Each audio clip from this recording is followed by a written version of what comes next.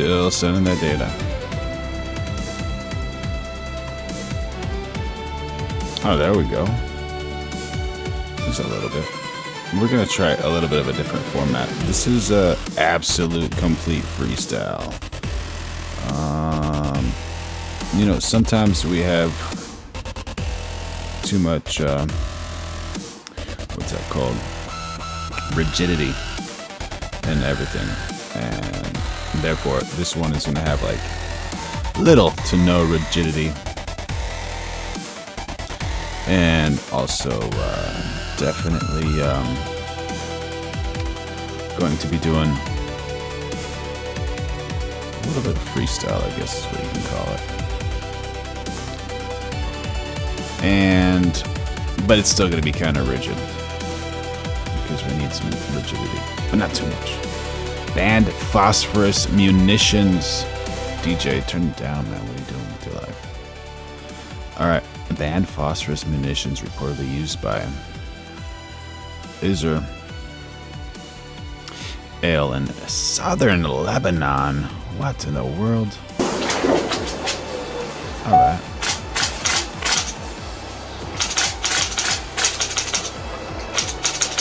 What is that?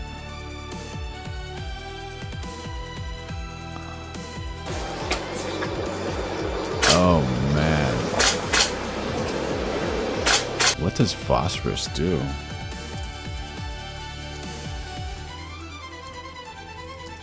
That's what I'm curious about. Yo, Captain Blackbird.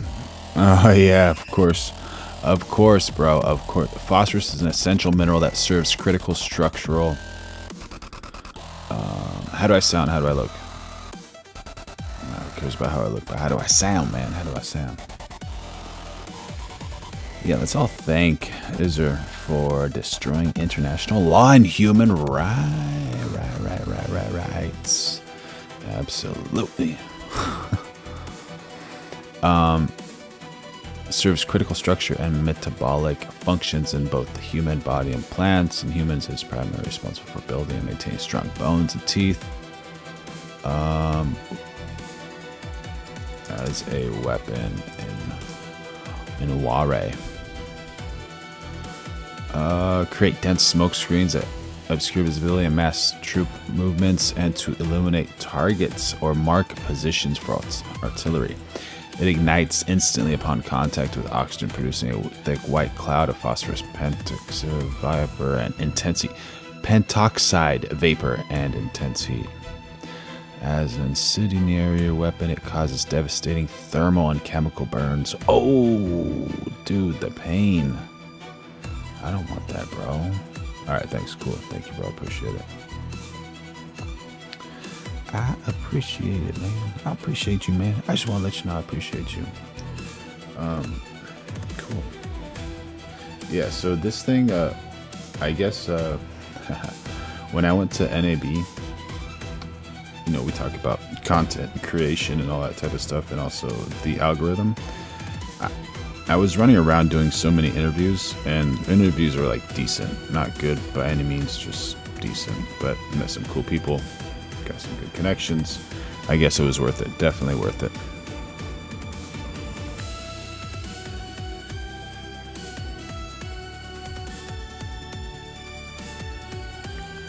Check. Sorry, I had to mute myself to move this mic. Gotta move it. So, but when I was there, I didn't have time to like change thumbnail. Didn't have time to change anything. And since I wasn't able to do that type of stuff,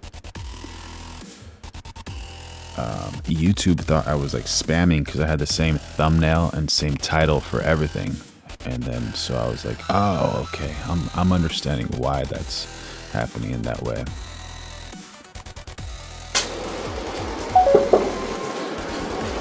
But yeah, that was the deal.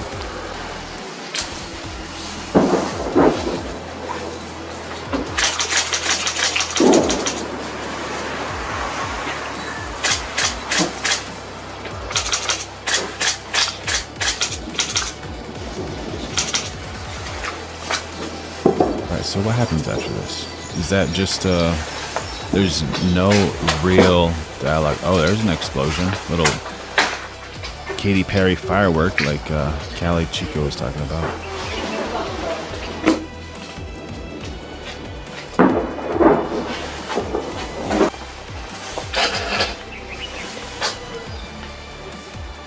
Interesting.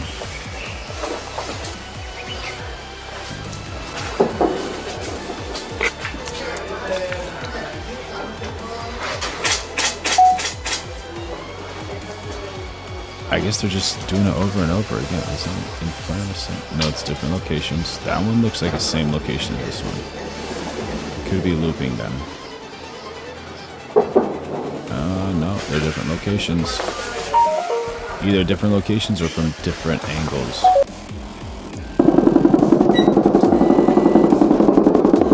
How many deaths? Good question.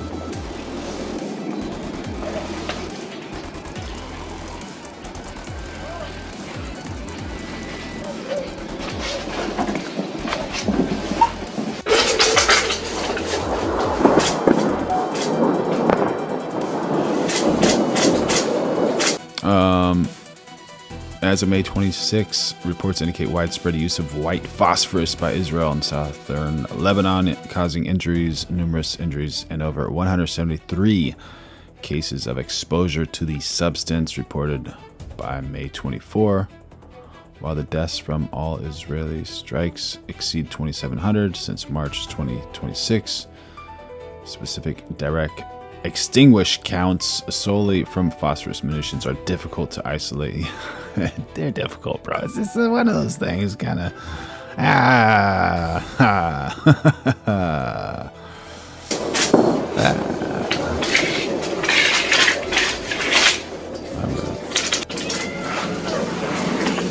Not a joking or laughing matter, but.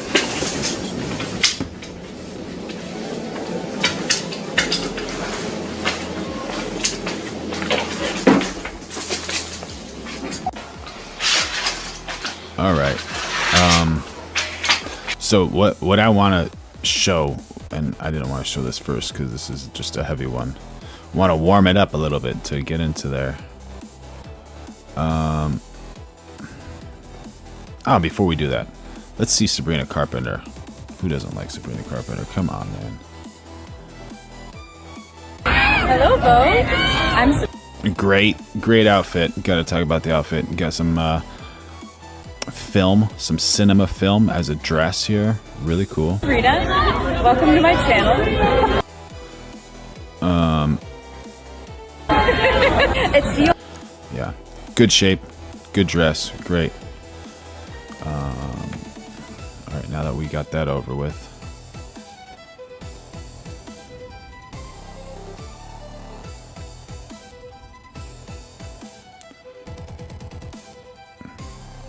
coming. All right, ex-Marine exposes Israel extinguishments at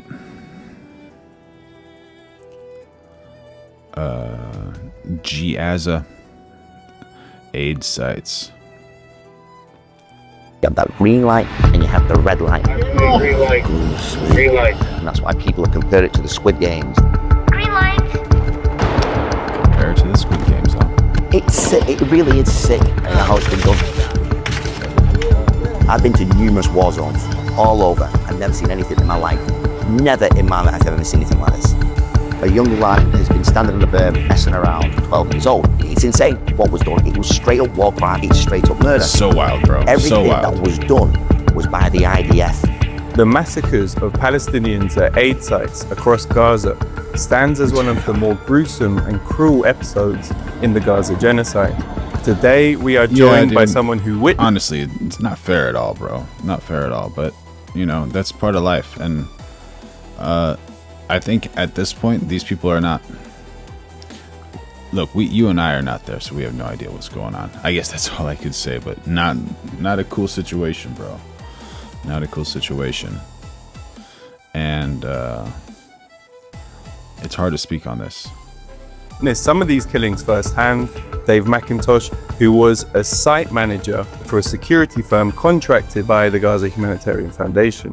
Dave, thanks for joining us here at Declassified. No, thank you. It's a pleasure. Thank I say you. pleasure to be able to shed some light on what's happened over there and also give some clarity to maybe families affected. Dave, you were in the British Army. You were a Special Forces operative. Royal Marines Commando for 7 years. How did you find yourself in Gaza?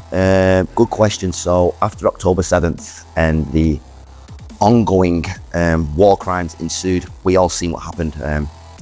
I won't beat around the bush, the genocide. So I felt compelled, not just as a former soldier, but as a human, to get out there and help. So since October the 7th, I wanted to get on the ground. I mean, about a year ago now, a friend came to me and said, McIntosh, you still looking to go to Gaza? I said, hell. You know one thing that it reminds me of? It's almost like some forms of communication are like similar to like theft. You know, like you can say something, but you might get in trouble for it. Just like if you steal something, you might get in trouble for it. I don't know if that makes sense. Oh yeah. Hell yeah, definitely. I didn't know what role. I wasn't sure on what role. I said yes. And if there is malpractice going on, but you know, I don't have anything to worry about because I love everybody. I love every single person equally, so I got nothing to worry about, bro. malpractice from GHF, I'll report it. Or the IDF, I'll expose it.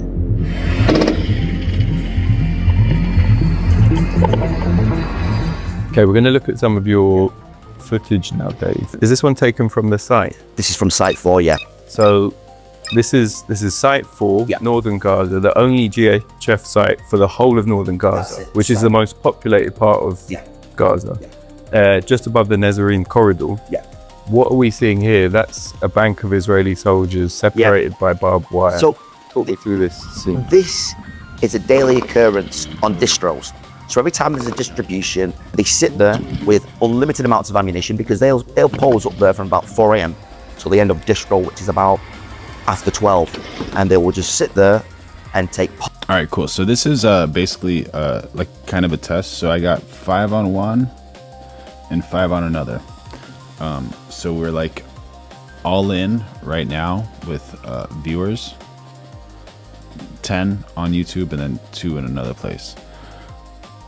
But I'm gonna see how good the okay, now I'm 6 and 6 actually, but I'm gonna see how good the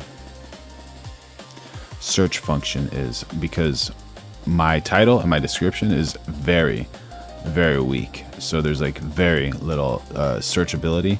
And then also with this one, I decided not to put a thumbnail on this thing, so we're gonna see like what's gonna happen in the next few minutes when I develop this new title and thumbnail. Pot shots. Actually, what if you can, let's see, Captain, are you on vertical, or are you on your computer, or are you on your phone?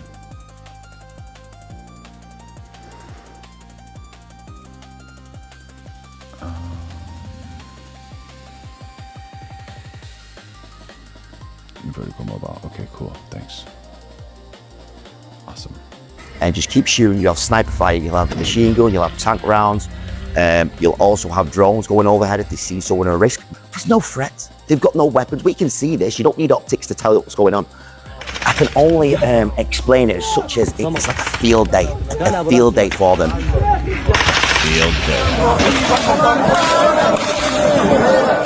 These are people that have been starved for 2 years, desperate, and they're getting shot at. They keep Yeah, I know, bro. Always have 2 vertical, but so what I'm doing is I actually have 1 horizontal, but it's cropped in a vertical mode. So it's actually 2 vertical, but if you like look it on your computer screen, you can just look at it kind of vertically and have it as like a side window, because it's just I haven't figured out a way that I like, because I like to switch around, you know, like I have, this is like considered my wide mode, and then I have my vertical mode for like the wider ones, and then I have like just my talking face here one. So like for this one, this is kind of a horizontal within the vertical frame, and this is a vertical within a vertical frame. But for my program, my OBS program, I haven't found a way to make it all work when I'm like switching windows and going from like different things. And I don't know, just for me, I think it's like the vertical is more active because there's like so many more chats, and it's kind of more fun, I guess, and engaging for everybody. So let's see, you said you're vertical, and I'm gonna find yours. So the first one, keyword there, Alex, the keyword is he's desperate. And I'm thinking, first and foremost, why would you come out the rubble to lie up there when you know you're going to get shot at by the IDF? Why would you do it? I'm not in their mindset. I'm not eating for days. I'm not witnessing starvation over there. It's unthinkable. I've been to war, but this is unthinkable. The desperation they must have to want to get that aid is crazy. The IDF know this. The IDF know this. So when people say it's a death trap, I'm like, well, you know, I guess it is.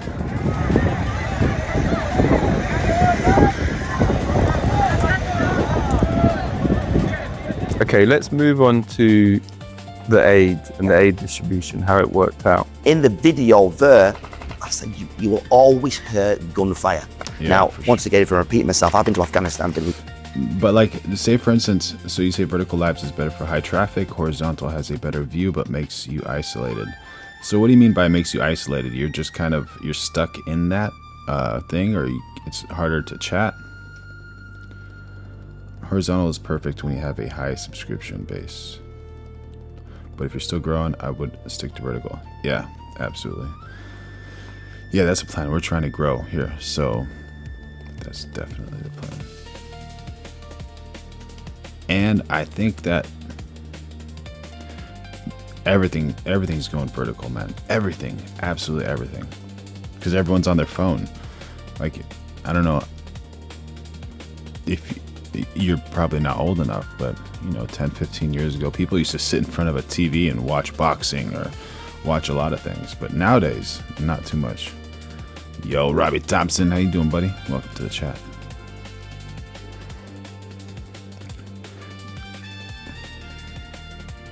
Yeah. And I think with like the vertical, you get a little bit more of that instant communication because your thumbs are already there. You're ready to start typing anyways. So Libya, been everywhere. I've been in active war zones. I've never heard as much gunfire and ordnance being dropped as I've seen over there. It's non-stop.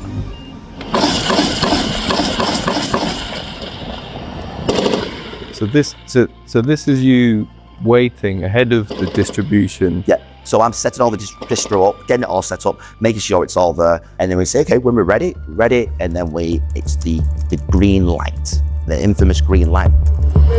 Yeah. Activate green light. So you can hear on the radio, Yeah. green light. Lord of mercy. People aren't just walking fast, they're Sprinting. The time, they know that you only got an hour. Thus why it's no dawdling to the site. It's you That's that so get there, wild, dude. and you get that aid, and you get out. There's no... But the good side is sprinting is super healthy for you. So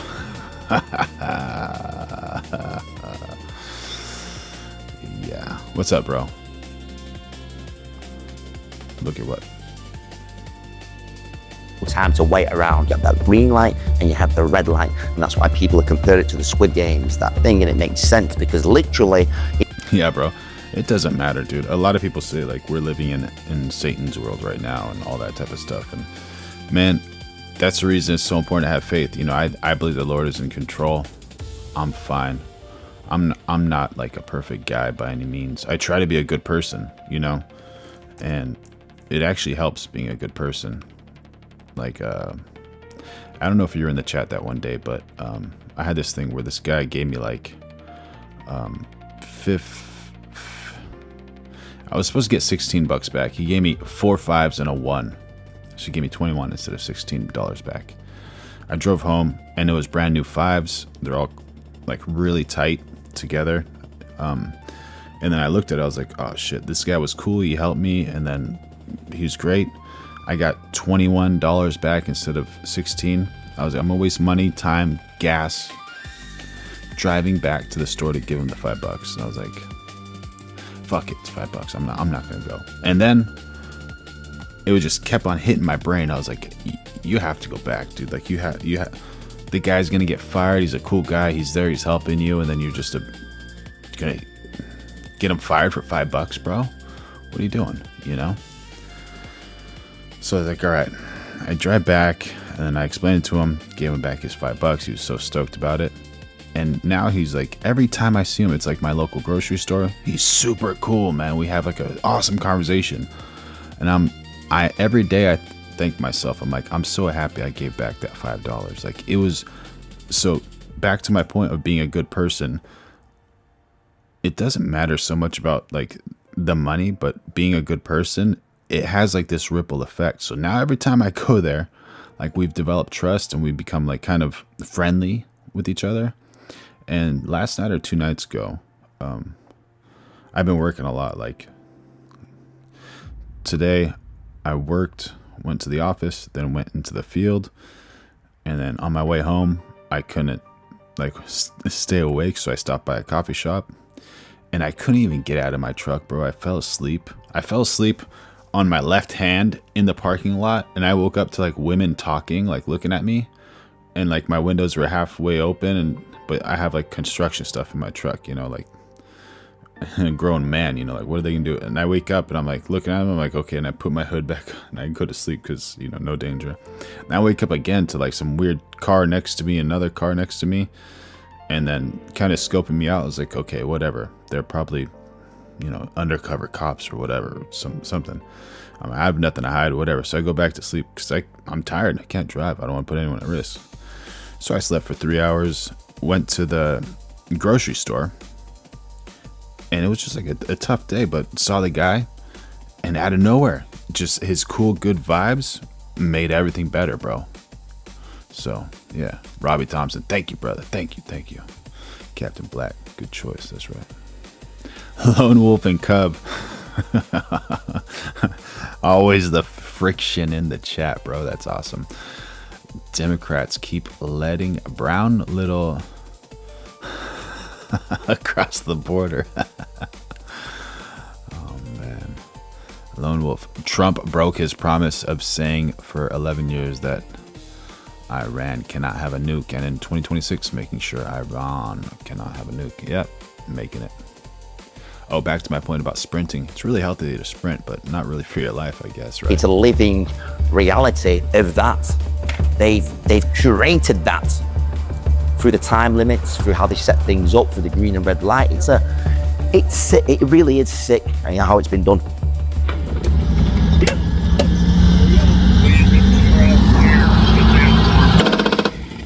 And you can hear the shots still going off in this one. Yep. So what they do is, if anyone steps out of what they believe as a safe zone. Oh yeah, and by the way, we're going live every single day of 2026, so make sure you like, subscribe, turn on those notifications, become a member, throw in a super chat if you want. We're developing the best community on the internet, and we have 2 goals. Our first goal is to reach 30,000 subscribers, and our second goal is to reach 1 million subscribers. So let's do it. Where the people are running everywhere, they'll fire. Whether they'll fire at them, more time they'll fire over the head, fire at the feet. This is where a lot of the deaths happen, they're firing.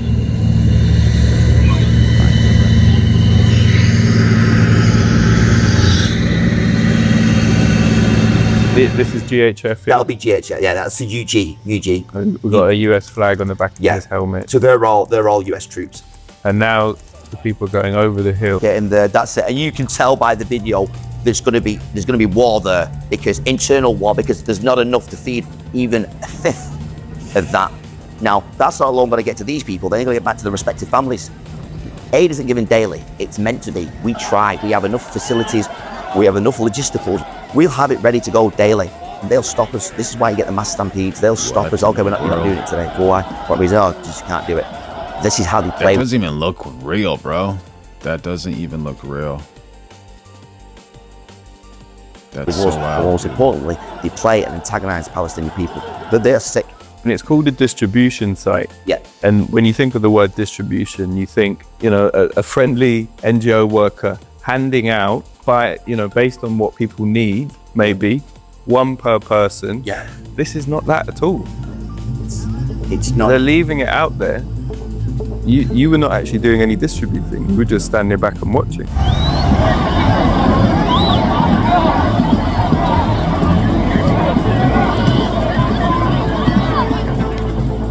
There's a report you wrote on the 13th of September, and it has a breakdown of the timings. Yeah.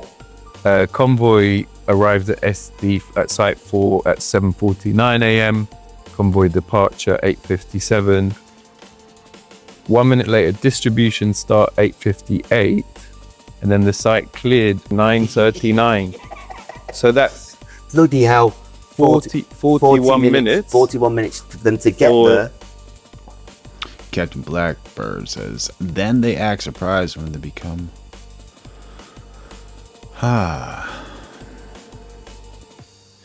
T3 Orist. All right.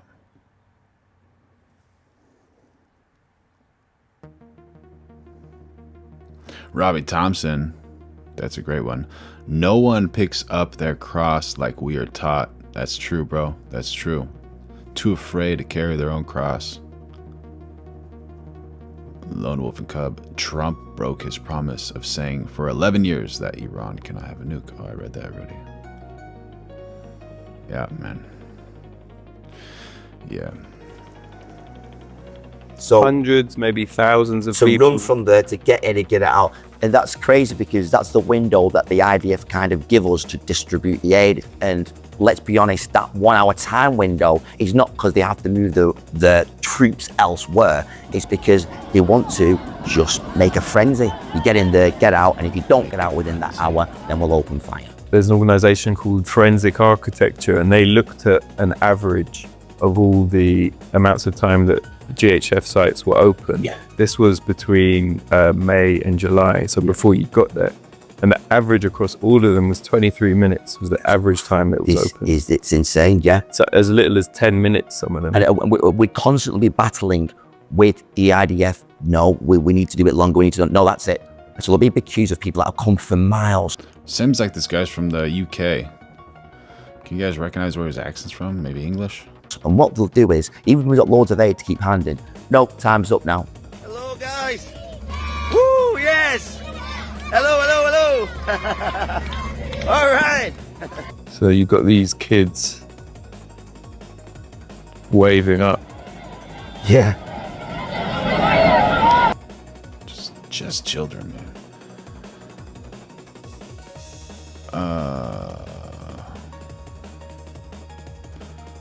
Lone Wolf says,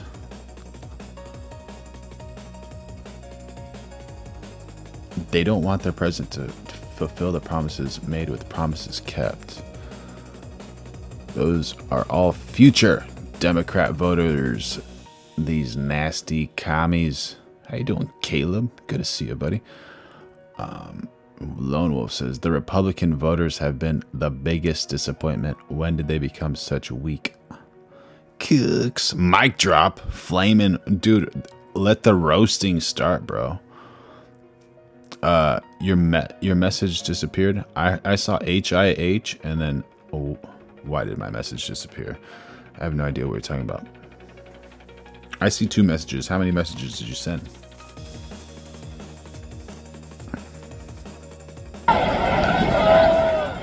There's people and women and children that have queued up. And what's so sad, what is so sad, they'll still have smiles on their faces. They'll be a bit angry and they'll walk off and they'll come back next day. I'm like, how is that? You've gone for miles. Did you see we've still got food, but we can't give it to you? The IDF have said, no, time's up, we're leaving. You can't stay here anymore. It's mad. It's sickening to the core. But what stuck with me is the resilience and the love of the Palestinian kids and the women and the guys.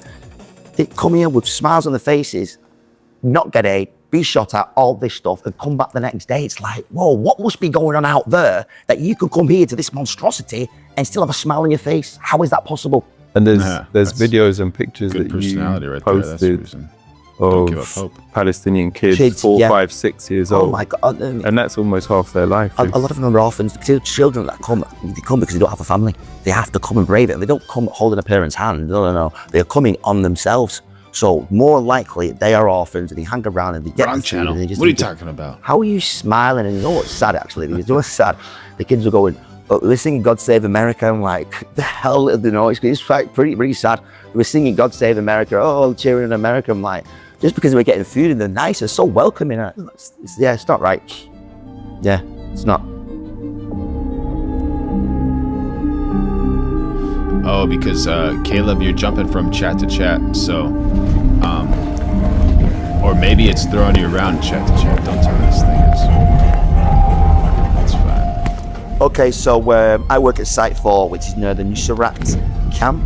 Okay, North Gaza. It's heavy activity, heavy bombing from the IDF, and we drive in through all. This is, as you can see, it's like a Terminator 2 Judgment movie. It's apocalyptic. And what's crazy is, just from a bit of a military background, all this is rebar, heavy concrete. So these buildings aren't built from just a bit of concrete, this and that, a bit of brick. No, these buildings will stand up some heavy ordnance, some heavy bombing. So for them to look like that, they've been mulleted 3, 4, 5 times. It's just a pure act of, I want to demolish this. What is mulleted in a situation like this? The haircut originated as a practical military tactic used by ancient warriors, including Greeks, Romans, Vikings, and Celtic tribes. I didn't know that, bro. Did you know the mullet was a war haircut?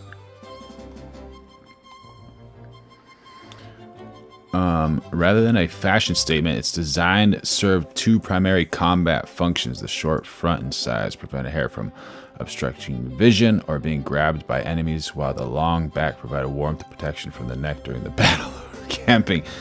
Bro, is that the reason the legend Theo Von has this mullet?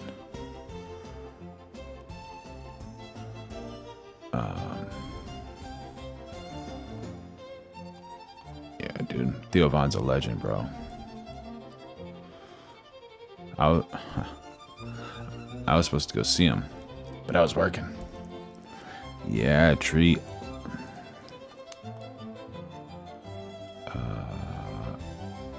Tree Roji. Trump #1, bro. Trump #1. The GOAT.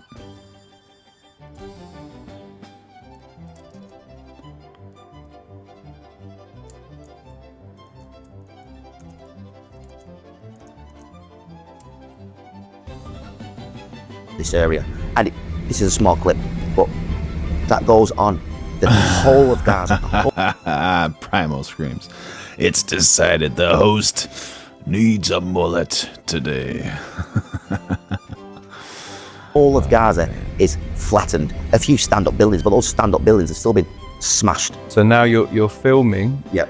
Probably on the way in or out. This is on the way in. It's on the way in. So this is early morning. Early morning, yeah. So what? Just try and take yourself back to that moment when you're filming this. What are you thinking when you're seeing that? You're driving into an apocalypse. And the funny thing is, I used to say to the lads, I said, imagine if you was just given a vision of this in the future. You'd think the world had been destroyed by nuclear weapons. You'd think there'd been a nuclear apocalypse. It's literally... All right, so we're at 10 with the vertical. We're going to try to do the title thing right now, see where it goes. Then we'll do horizontal after. Into numerous war zones all over. I've never seen anything in my life. Never in my life have I ever seen anything like this. Holy shit. And so when you're here in Site 4, yeah, is this an active war zone? As in, this isn't one of the safe zones? No, it's an active war zone. So this is a misconception as well, that the IDF work with us. We hate them. The amount of times they fired on us is insane. The IDF are fucking crazy. Just literally had about fucking 40 rounds on a machine gun hit that sand berm there. Fucking, I don't know if the dog fucking died. It's splattered up everywhere. Whether they're firing mortars next to our camp, or hitting it, or hitting inside our camp. And this isn't a one-off incident. This isn't a one-off where they shot the dog there, got on comms to the IDF battalion commander of the area. And he goes, oh, it wasn't us. I'm like, are you joking? It wasn't us. Nice. Lost 4. You're behind us, okay? We're trained soldiers. You know where the firing came from. You are the only people, because the area's cleared, who are behind us. Then it happens again. So they're having a laugh with us. They're joking. They're trying to antagonize us also. The impression that I got from afar was that the IDF and the GHF were working hand in hand on this. No, they didn't like us. They are the biggest threat to us, more than the supposed Hamas. The biggest threat. It's a shoot. That's what I'm videoing.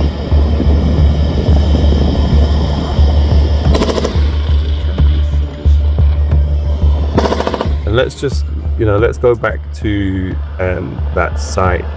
And I think the day was the 25th of September. Yep, 25th of September, yeah. And, I think from a distance you probably witnessed quite a few deaths, but this was one that you witnessed up close. Yeah. So can you just talk? Yeah, okay, so it was actually, so I've took the witness statements from 2 of my UG personnel, okay? So I'm doing, we'd finished distribution, I'm doing my reports of what's happened. What happened was a young lad had been on the berm probably 20 meters outside of camp, okay? Young boy, so everyone's, I'll just paint the picture. How old roughly? 12 years old, okay? Everyone's cleared off, this is Sci4, everyone's cleared off apart from the people getting their medical aid. They go away, then a young lad has been standing on the berm messing around, 12 years old. Now, rules of engagement, once again, it's always, you have steps. The guys, like, mate, come on, not so many terms, go away, you need to go away. Why are you going to clear them off? Because if you don't move, you're going to get shot by the IDF, okay? So he didn't move away. He's still joking around, 12 years old. He could have had any learning disabilities, we don't know. So they've thrown a smoke grenade next to him. Obviously, it's not lethal smoke. I love puppies. Oh, man. There you go, man. There you go. You never know. Yeah. Gaza. Tough place to be. Smoke grenade, just to say, hey, come on, let's go. So that was the security guys? That's security, UG guys, okay? Yeah. Tried to get him away. And the IDF have a base 100 meters back. Then moments later, I wish he shot it was that him. way. Sniper rifle 762. That would be the best, man. If they just change war into a bunch of hugs and all that. Gaza Football Club. To his shoulder. Hey, you're not surviving. You're not surviving that, especially a 12-year-old boy. He drops to the floor. Okay, he manages to get up. He gets to the bridge that you see. Gets to the bridge. He collapses on the bridge. Then it's 30 minutes before you get to the young lad who's now clearly dead. 30 minutes. I'm not a doctor, but you've got a gunshot wound to the shoulder, 762. You've collapsed, 30 minutes, you bled out, okay? So then that's obviously taking him away. I don't know his name, don't know what happened. Who took him away? I don't know, it would have been just some Palestinians, that's it. So it wasn't an ambulance? No, it wasn't an ambulance, no. It's just a standard, took a salvage vehicle that they got, took him away. Just have an idea, is it this site you're talking about, and was he in this area here? Yeah, so he's around, so this is site 4, okay? They'll just be standing around there. Just around there. That's and it. Then yeah. if you go back even further, you can see the bridge. Yeah, exactly. So managed to get to the bridge. So you're talking 150 meters out. He's gone from here to there. Yeah, exactly. There would have been other guys around that witnessed. So you have these the most eyes on right here. Then you have other UG on the other side, but we have optics here, so we can thoroughly see what's going on. The guys have reported it, thoroughly seeing what's going on through the optics. Could the bullet have come from anywhere else? No, it's only, listen, we're all well-trained, like I said, all UG, Special Forces, everyone is well-trained, you know exactly where it's coming. What do you think, given with all of this, what's happening, how can we find peace? Like, is it actually possible? Like, these are some pretty gnarly things going on.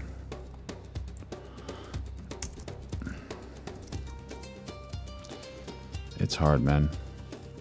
It's a hard answer.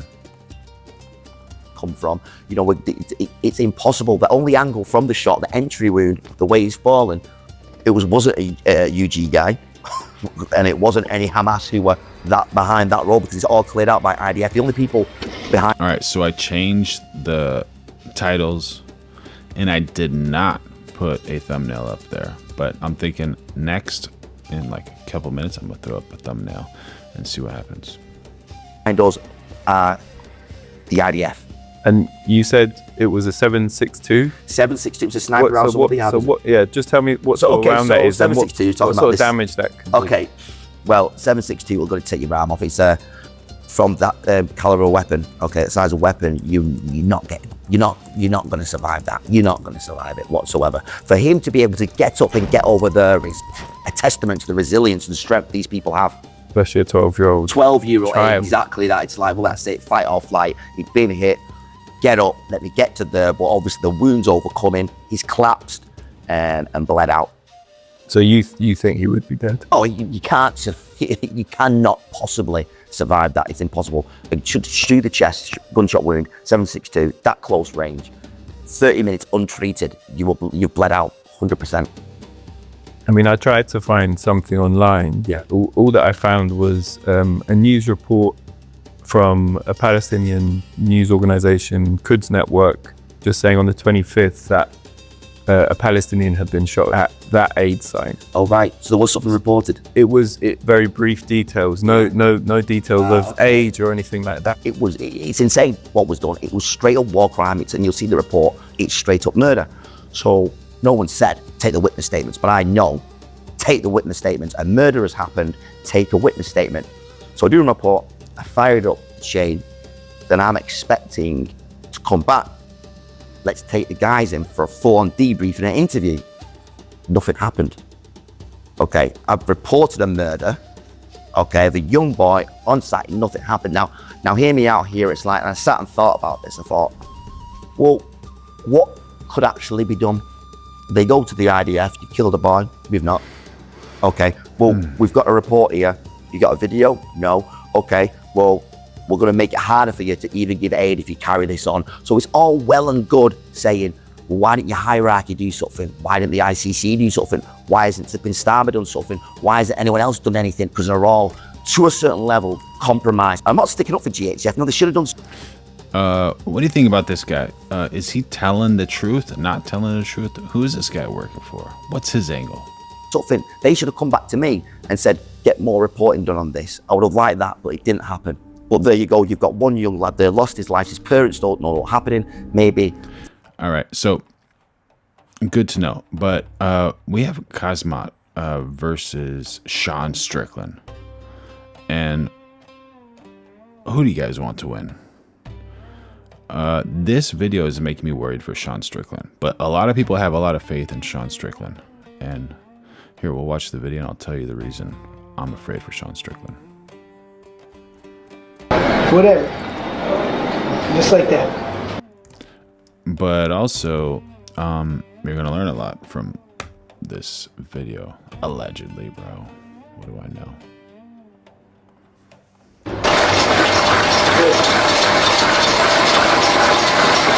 Second.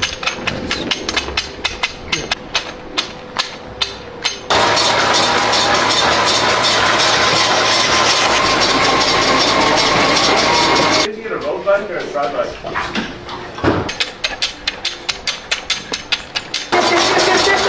Done. Garage is all done. All done. A few moments later. There's our mom. Look, on the bike. Yeah! Got that music going. I made it. 5 hours later. 5 hours, bro. Was riding for 5 hours? That's wild. 5 hours, huh? All right, so the intensity of this guy in the bike is one thing, right? This is very intense. And when if you saw at the face-off, he definitely kicked Sean Strickland. And that wasn't cool. And this exercise right here, he has these rubber bands behind him. And whenever you see people exercise with rubber bands, this is so gnarly. Your explosive strength goes up. Your strength goes up. When you think about it, when you lift weights, you have a moment at the top of your set where you can just use stacking, where you just stack like the weight above your, like here's the weight, and just stack it above your hand, and you're not really using your muscles because it's, you know, the weight is resting on your bones and on your tendons. But with these rubber bands, you don't have any of that relaxation. So it's full strength through your whole range of motion. And that's so dangerous. It's absolutely so dangerous for Sean Strickland. So, Jason Beatrice has joined the chat. Yeah, man. But the thing, you're right. He says, Khamzat is one scary Muslim. But the thing is he went into one fight where he wanted to knock somebody out, and he took a lot of damage. That was Khamzat, right? He definitely wanted to knock somebody out, but his go-to is wrestling and submissions and that type of stuff. But he can punch, he can kick. He's a dangerous man. He is a dangerous man. You said it correctly. Very dangerous man. So yeah, we'll watch the rest of this shortly. Done. Garage is all done.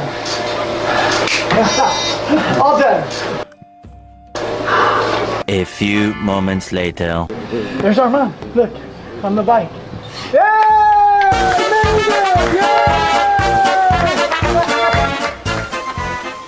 I made it. 5 hours later. 5 hours, huh? I don't know, bro. I don't know. You like A lot of these great fighters are thinking, if Sean Strickland can last the first and a half round, last his takedowns, then Sean Strickland has a chance. It makes sense. I like Sean Strickland too. He's definitely an entertaining fighter. And Khamzat was asked, what do you think about Strickland? He's like, I love Strickland. Like, how do you love Strickland? He's like, I've never made this much money in my life. I love Strickland. So that's pretty cool. A lot of love. you like my Ferrari, huh?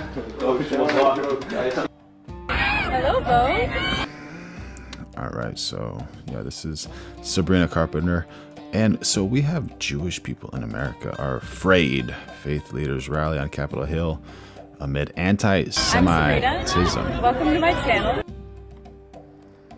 So what's happening As America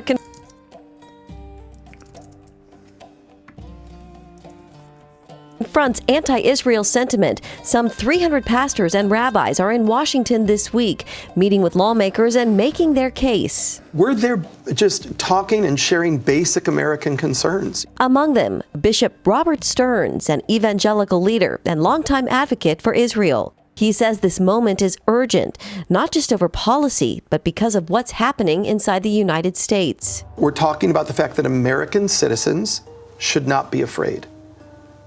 And right now, Jewish people in America are afraid. They're being attacked. It's not something that might happen. It is something that is regularly happening. The numbers underscore that fear, according to... Unfortunately, that's accurate, but that what we saw happened in the UK, not in the United States. But it could possibly happen anywhere. That's the reason you got to be safe. The Anti-Defamation League, there were more than 9,000 anti-Semitic incidents in the U.S. last year, the highest number ever recorded. For the first time, a majority of those incidents were tied to anti-Israel rhetoric or activity. And surveys from the American Jewish Committee show more than 9 in 10 American Jews say anti-Semitism is a serious problem, with many reporting they've changed how they live. 90% of them, huh? Out of fear. You know, there's talk of criticizing the Israeli government. So that's one thing, criticizing the Israeli government. But to you, when does that start to kind of veer into or cross over into anti-Semitism? How do you see that? Right. So that's a fantastic question. So criticizing policies or political leaders is, of course, completely legitimate. Hold on, chat. I think I gotta put something in the chat right now. I gotta put something in the chat. This guy inspired me. Am I wrong or am I right? All right, let's continue. Where we cross the line into a place of anti-Semitism is where we begin to It's three things. Number one, we begin to delegitimize the state of Israel. That, this question of does Israel have the right to exist? Number two, Jason Peters says, brother, Israel is already expanding their borders because they are afraid the Socialist Democrats will win the White House. The Socialist Democrats, what happens when the Socialist Democrats win the White House? What happens next? he says, is when Israel is held to a different or double standard. And number three, the demonization of Israel. Stearns, who leads Eagle's Wings Ministries, also speaks to a growing divide within the church. He warns against what's known as replacement theology, the belief that the church has replaced Israel, a view gaining traction among younger Christians. When you step into replacement theology, I don't think you're attacking the Jews. I think you are attacking the character of God. Do you serve a God who keeps his promises? Does the Bible tell us that God is a covenant-keeping God? Does God only keep his covenants when we obey him perfectly? I hope not. On Capitol Hill, the focus is also on action. Advocates want lawmakers to strengthen the U.S.-Israel alliance, increase funding for security at Jewish institutions, and confront anti-Semitism. Oh, speaking of, man, I gotta show you this one. Where is it? Oh, it's right here.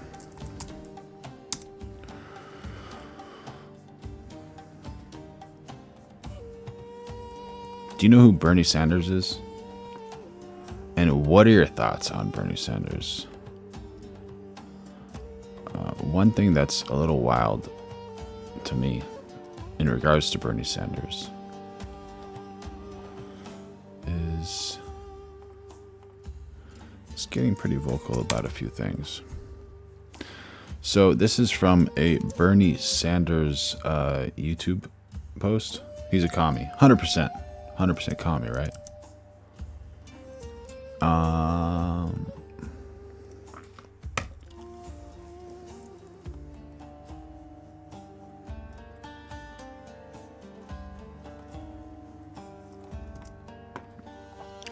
He says the Trump double B war is not just about Iran. Israel's defense minister says the fate of southern Lebanon will be the same as that of Gaza. That's sad, bro. Allegedly. 2,702 people have been extinguished there, 1.6 million displaced, and dozens of villages destroyed.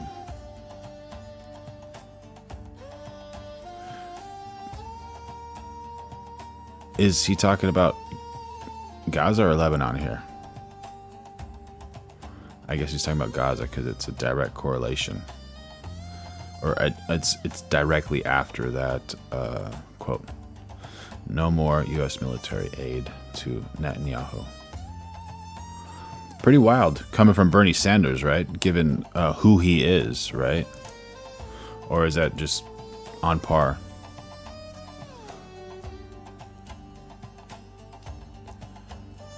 And here's another one by Bernie.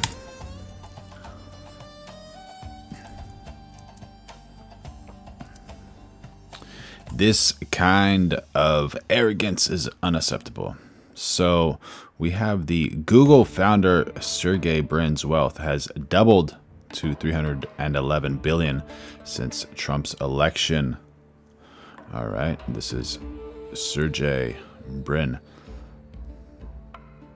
Google founder. He founded Google. So gnarly, dude. Imagine that. How did he found Google? All right, so now he's spending $57 million to oppose a 5% billionaire's wealth tax in California. He'd rather millions lose health care than pay for his fair share in taxes. This kind of arrogance is unacceptable. There you go. You can definitely tell Bernie is a commie there, allegedly.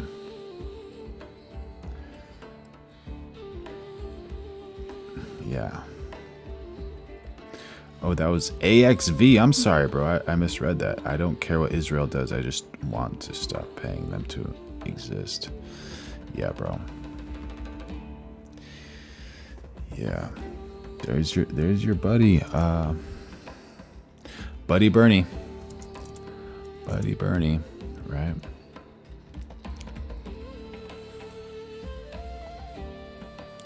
Oh, you think I'm done with Bernie? No, bro. Get on the Bernie train. War in Iraq, 2.1 trillion. War in Afghanistan, 2.3 trillion. Do we even understand what a trillion is? Like, how hard is it to understand what a trillion is? We don't even understand what a billion is. Like, literally. Jason Beatrice in the chat says Bernie is the Trump of the left. And then King S Hit says, I don't like Google, but I don't need their money for healthcare. How about people be accountable? That's right, dude. Michael Whiteman joining the chat saying he doesn't want to pay the fraud charges. The fraud charges. The fraud charges. Which ones are those? Those are the ones in...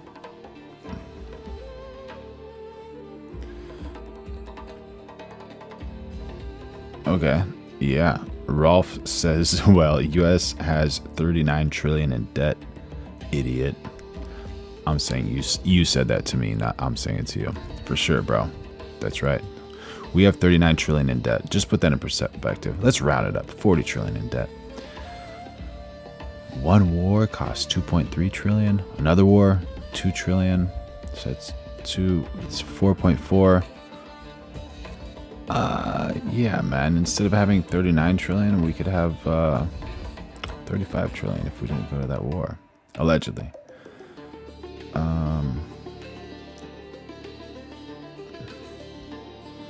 Oh, here we go. Too much money wasted on banker wars for sure. JP. Jazz Bass jumping in on the chat, broski. Thank you. Jason Beatrice says, million seconds equals 11.5 days. Billion seconds equals 31 years. That's what I needed, Jason. 100%. 11.5. 1 million seconds equals 11.5 days. A billion seconds equals 31 years. All right, so what's a trillion seconds then, bro? Trillion seconds to days or years. 1 trillion seconds is approximately 31,688 years, or 11.57 million days. Lone Wolf rage baiting, bro. Trying to get people banned, dude.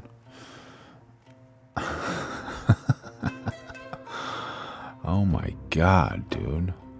Alright, do we understand that? A million seconds equals 11.5 days. 1 trillion seconds equals 11.5 million days.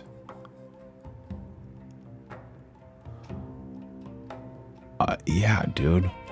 And then, so 39. Did you say 39 trillion in debt?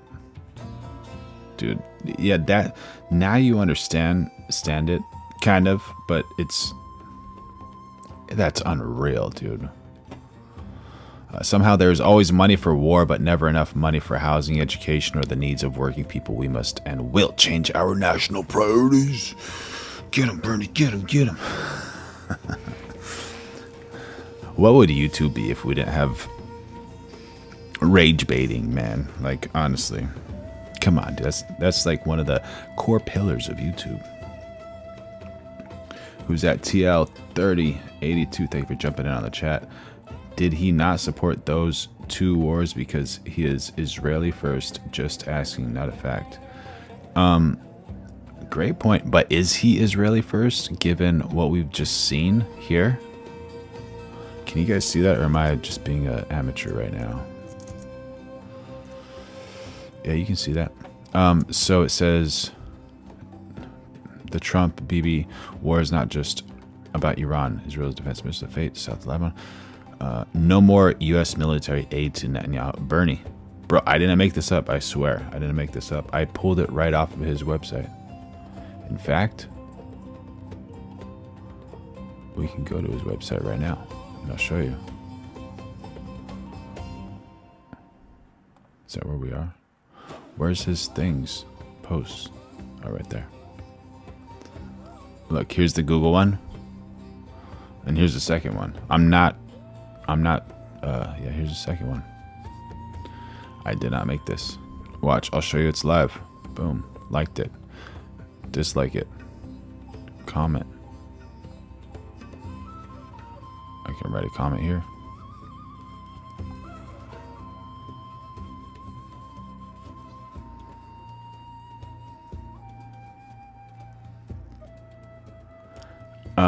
But like, why is Bernie saying this stuff, you know? James Moore, I'm voting for Jesus next election. Jesus. That's right, bro. That's right.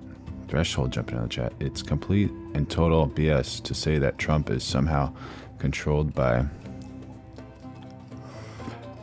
Israel. Trump isn't controlled by anyone or anything. That's why they try to take him out.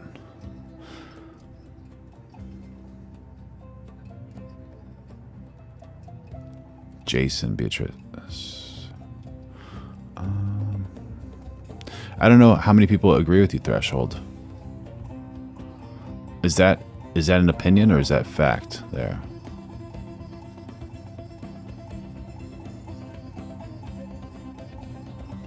I don't know.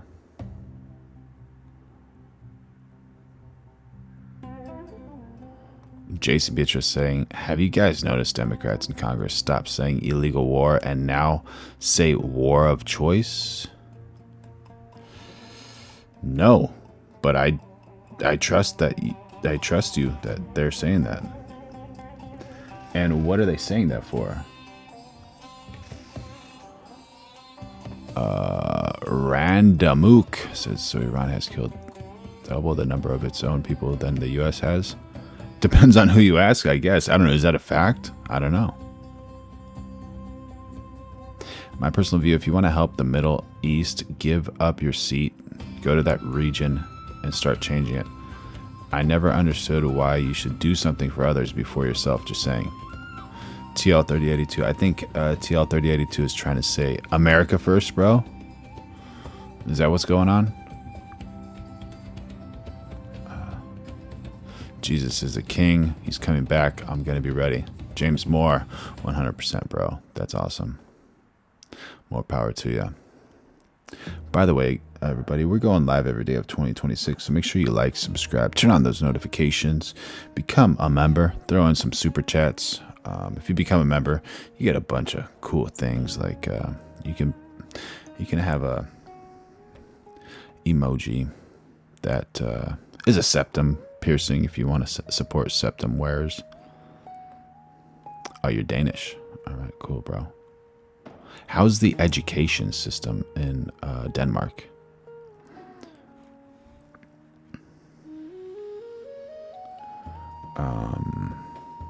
And throw in some super chats if you want as well. Harry Turner saying, shut up, you cannot. I cannot what? Let the trolling begin. Here, I'll show you all the emojis. Oh, we got a new emoji actually exposed today, or released today rather. Those are those emojis for one chat. I'm gonna bring it up for the other chat. Right here, dude, right here. We got Trump, the goat, the septum, MAGA hat, a microphone that's on fire, the host, and then a gaslight.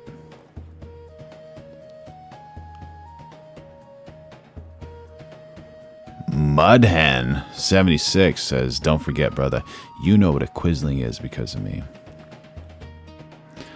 I love these new words, man. I love you guys. You guys are awesome. And girls.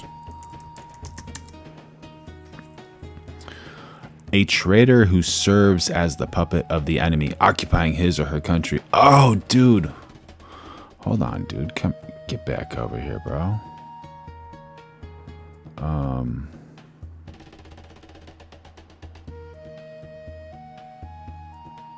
Mudhen for the win, bro. Quisling.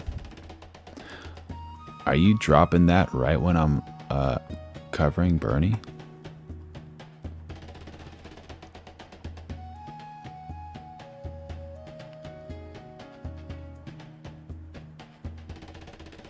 Adam Sinclair jumping in the chat.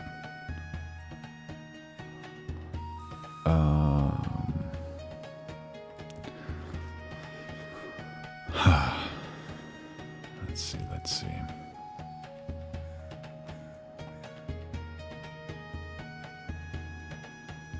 But yeah, thank you so much, Mudhen. Appreciate it, brother.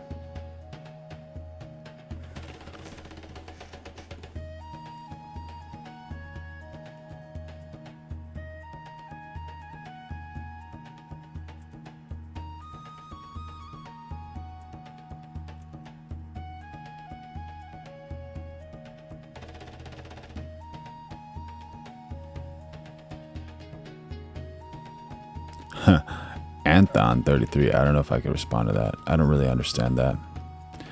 But we have all right, James Moore saying nobody tried to take him, but it's a big show. What do you mean by that? You talking about Jesus? Jason Beatrice, sorry. Here, this is what you said. The Democrats in Congress suddenly changed the language they use on Capitol Hill about Iran. I know there was military push back. Military doesn't like being called Crim. ...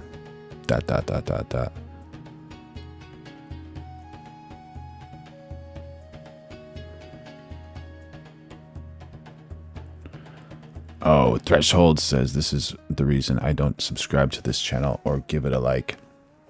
Thank you for your input, Threshold. Which reminds me, make sure y'all like, subscribe, turn on those notifications, become a member. Throw in a super chat. It helps the channel grow. And share it with someone who wants to see this stuff.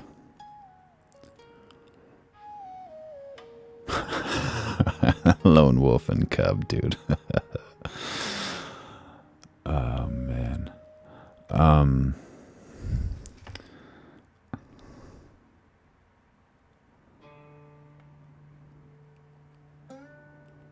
Threshold, do you need a hug? Who hurt you? Are you a man or a woman, Threshold? Taking shots.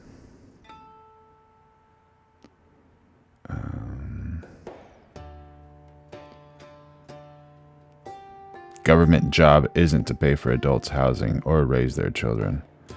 Just the facts, man. There you go, bro. For sure. What is the government's job? Like, literally.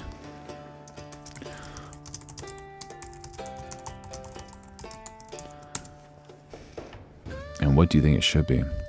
Fundamental job of the U.S. federal government, as defined by the preamble to Constitution, is to form a more perfect union, establish justice, ensure domestic tranquility, provide for the common defense, and promote the general welfare.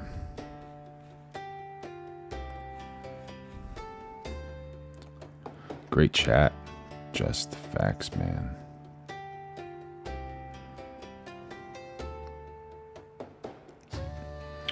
I'm not dissing constituents. I'm only dissing Democrats in Congress.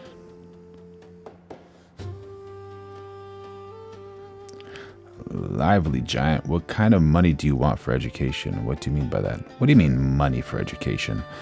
I think if my stance on education in the United States is, why not put so much effort into education where our next generation is going to be just so big, such a strong powerhouse, that the other countries are going to have to compete with the United States because of their skill levels. You know, what's the reason you want to make the United States dumber or weaker? It doesn't make any sense. One problem is, if people are very well educated, then they're hard to control, allegedly. But also, if they're uneducated, they're extremely hard to control as well. So there's like a balance there. It's a tough one, man. It's a tough one. What do you think? What do you think the United States needs for education? Oh, and or are you talking about super chats? Quentin Michelle, Bernie the Dirty, call me that, got kicked out of a hippie commune because he was too lazy to work. You want somebody that was kicked out of a hippie commune because he was too lazy to work to be your next president? Come on, y'all. Come on. All right, we got another one. Bernie is retarded. Oh, dude, the truth of Bernie's coming out.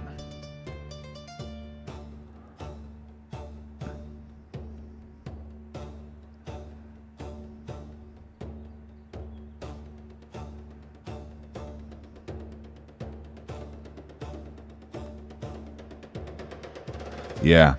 Jason Beatrice says, bro, military hated Democrats in Congress. We know they are real traitors. For sure.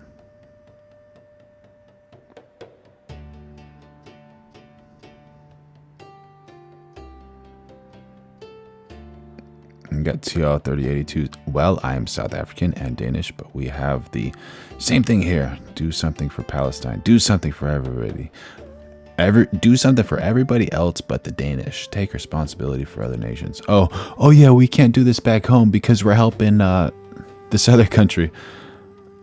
Yeah, that's funny. And then, like, say for instance, the United States, they're helping all these countries like Spain, Italy, blah, blah, blah, France. And then when they're like, hey, we need some help with the Strait of Hormuz, they're like, oh no, I can't help you. I can't help you at all. I'm sorry, bro. One love. God bless Trump. God bless America. Absolutely, man. Mudhen says, I would say debate me on anything Iranian, but I would fold you up like wet paper towels. Okay, I'll debate you right now. Mudhen 76. Get prepared to teach me something. Is it true that Iranians, specifically the Muslim Iranians, want to extinguish the West, or only extinguish the ideology that the politicians have created for the West? Nice. MTHC says, love Bernie. You know, ideally, I like what Bernie says, but I don't like that, because I heard that he was a hippie that got kicked out of a commune because he was too lazy.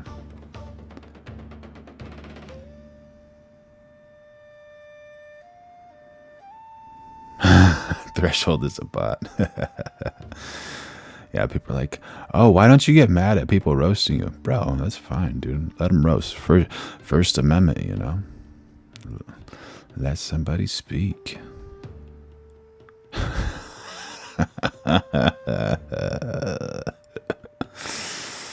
Oh my gosh.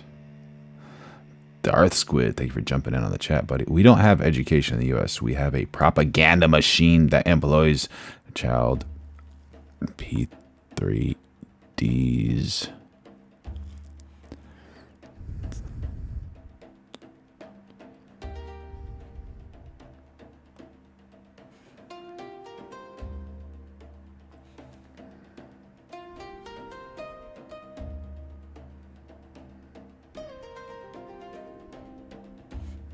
All right, let's see what the other one says.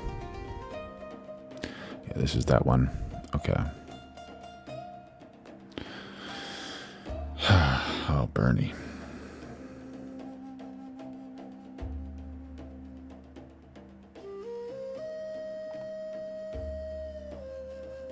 You guys ready for some hemp gasoline?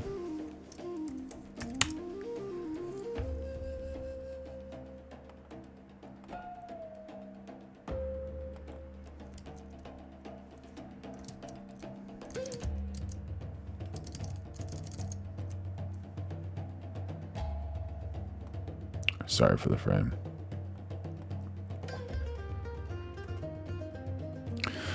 Why the Amish have never needed a gas station, the plant that fuels any engine. It's waiting for it to stall. It never did. This thing's moving around. It's going to come back to the middle. Allegedly. Is it? What happened to it? No cough. No black smoke. Oh. What? Oil into a small diesel tractor. The engine turned over on the first try. No hesitation. No cough. No black smoke. I stood there for 15 minutes waiting for it to stall. It never did. And when I asked him where he bought the fuel, he looked at me like I had asked the dumbest question in Lancaster County. He pointed to a field behind the barn. I grew it, he said. That was the moment everything changed for me. The plant is hemp, industrial hemp, cannabis sativa.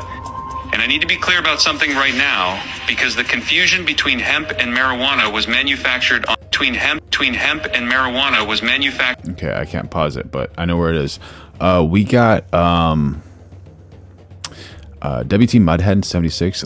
Just whenever you see Restream Bot and then you see after Restream Bot, there's an @ sign, and after the @ sign, that's the username. So that's who you're talking to. But let's see if you got back to me in my question, because you're about to teach me something.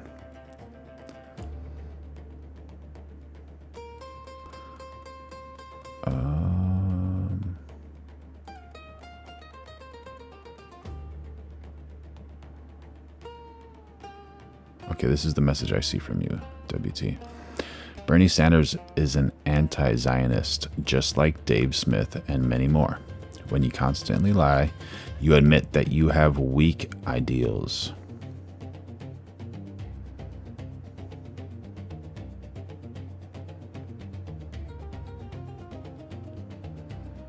Sounds valid. Sounds valid.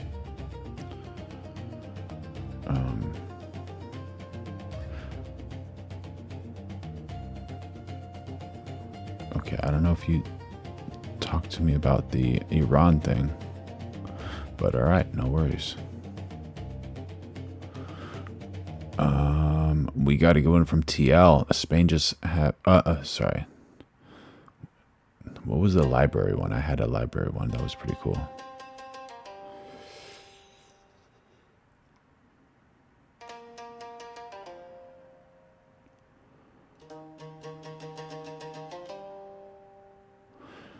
Patrick Williams. A study released this week demonstrated that kids under 18 growing up in a home with a library of some sort perform higher on every metric than kids with a bachelor's degree.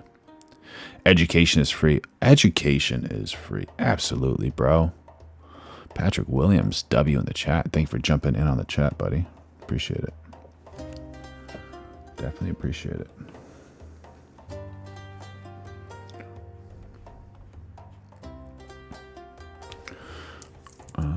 Let's see.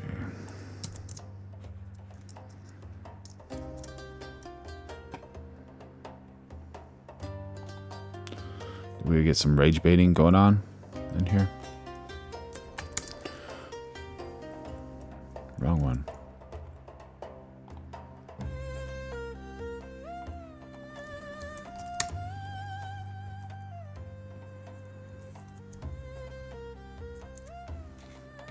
And we have General Jack Keane in studio, retired four-star general, Fox News senior strategic analyst, chairman of the Institute for War. So, General, here we are in day 31 of a war with Iran that's 47 years in the making. How would you characterize this mission so far? Yeah, well, first of all, I think it's the right goal, the right mission. The American people understand that after the 12-day war, what was surprising to Prime Minister Netanyahu and to President Trump and advisors around them is the renewed commitment that Iran had to all of its goals. And by that I mean they began to rebuild the missiles that they lost. They made a decision to recover the nuclear program, even though it was set back considerably. And they were going to increase their drone production. And they immediately began funding streams to TL 3082, sorry about that. Now I'm getting to it. Spain just have citizenship to 500,000 migrants, did not see any women or children. And the guy who did that is in China, right? Meeting with China, not the USA. I would call Trudeau the Spanish version. Yeah, Trudeau's getting a lot of heat, man. Trudeau's getting a lot of heat. Make sure y'all like, subscribe, turn on those notifications. We're going live every day of 2026. Become a member. Throw in a super chat. It helps the channel. Trying to stay afloat, give you some knowledge, some entertainment. And if you become a member, you get so many perks. It's unreal. Did you guys see the latest design we just did for, who did we do? Oh, okay, we got Damage Inc. We did that design. I think it's above Damage Inc. Yeah, here's the, oh, I'm in the wrong thing. This is for Cali Girl, a member. And then we did this for Captain Blackbird, legend in the chat. We got a bunch of cool ones. This is one of my favorite ones. And then we got the poll. And then we got this one for Stephen Wells, one of the best supporters of this channel. Just an angel on earth. And we got some really cool ones for him. So the concept behind this is kind of like, if you look at this, it almost looks like a, you know, like if you go golfing, the mountain is like, this is the top part of the mountain, then a lower level and a lower level and a lower level and a lower level. And yeah, so I designed this. And if you become a member, I show you how to make these types of things. And then if you find someone who like needs a logo and say they're like, oh yeah, I need a logo, I'll pay you $10,000. And you're like, yeah, this person needs a logo, but I don't want to design it. Here, you design it. And I'm like, okay, well, since you referred, I'll give you 10%, and you get $1,000 just for giving me a client out of nowhere. But anyways, that's one of the benefits you get as a member. You learn how to do this type of stuff. It's pretty cool. But anyways, I digress. We're always trying to bring like value to your life in any way possible. Like, these are pretty cool things, right? And some of you might know what. Oh, this is a nice one. I love this one. See the S and the W here? Broken up in the pattern.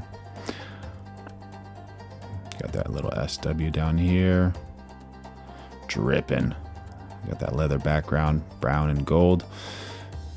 You guys might know what this means, right? Maybe? Anyone?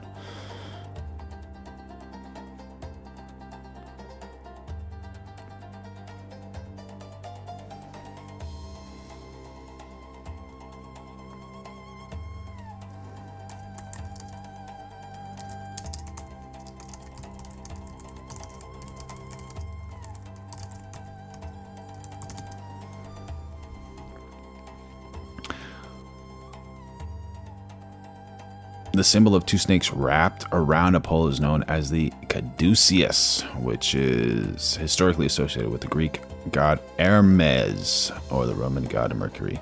According to myth, Hermes used his staff to separate two fighting snakes, causing them to wrap around the rod and become peaceful. This imaginary imagery came to symbolize commerce, negotiation, and peace. Commerce, negotiation, and peace. Although frequently mistaken for a medical symbol, the correct emblem for medicine is the rod of Asclepius, which features only one snake wrapped around a staff. The caduceus is often used interchangeably with the rod of Asclepius in modern context, particularly in the United States, but originally represented duality, balance, and the unification of opposites. So that's pretty cool, right? And then, yeah, that's just some of the benefits. Get so many benefits. So awesome. Where were we? There are proxies using different banks to deceive it, this time proxies through Istanbul. Very complicated process. So their goal of supporting their proxies, destroying the state of Israel, driving the United States military out of the region, and using their ballistic missiles as a threat, nuclear weapons eventually. Both of those leaders came together and said, they haven't changed one bit. And how are we going to get them to change in the conclusion? Jealousy of success is so petty. Alex Hotz dropping W's in the chat, bro. Was the only way we're going to get this regime to change. It certainly. Liberals are economically illiterate. Oh my God, dude. And make sure y'all like, subscribe, turn on those notifications, because Alex Hotz is dropping it hot in the chat right now. Through force. But the president still, if you recall, tried to do some diplomatic effort, and the decision was made, we got to stop this. So it was the right decision to make, and I know. Threshold trolling the host. Yeah, what is the definition of proxy? Please let me know. Some people don't agree with that, but I don't know how you continue to kick the can down the road when Iran is a growing menace and threat, much more. Mudhen says, I personally think both parties are terrible for the average American. Absolutely, Mudhen. Very, very smart. Very smart. More so than the other presidents who had to deal with it. There were other presidents who should have confronted Iran because they were killing Americans. That alone should have been justification. Now, the reality is what they could do to us. As much as we want to hold them accountable and retribution for what they did to us in the past, what they could do to us is the reason for this operation. And I think 30 days plus in, it is going remarkably well. We are accomplishing the tasks that have been assigned to the CENTCOM commander on behalf of the president, to the IDF on behalf of the prime minister. And we probably have a number of weeks to go. For our audience, this is...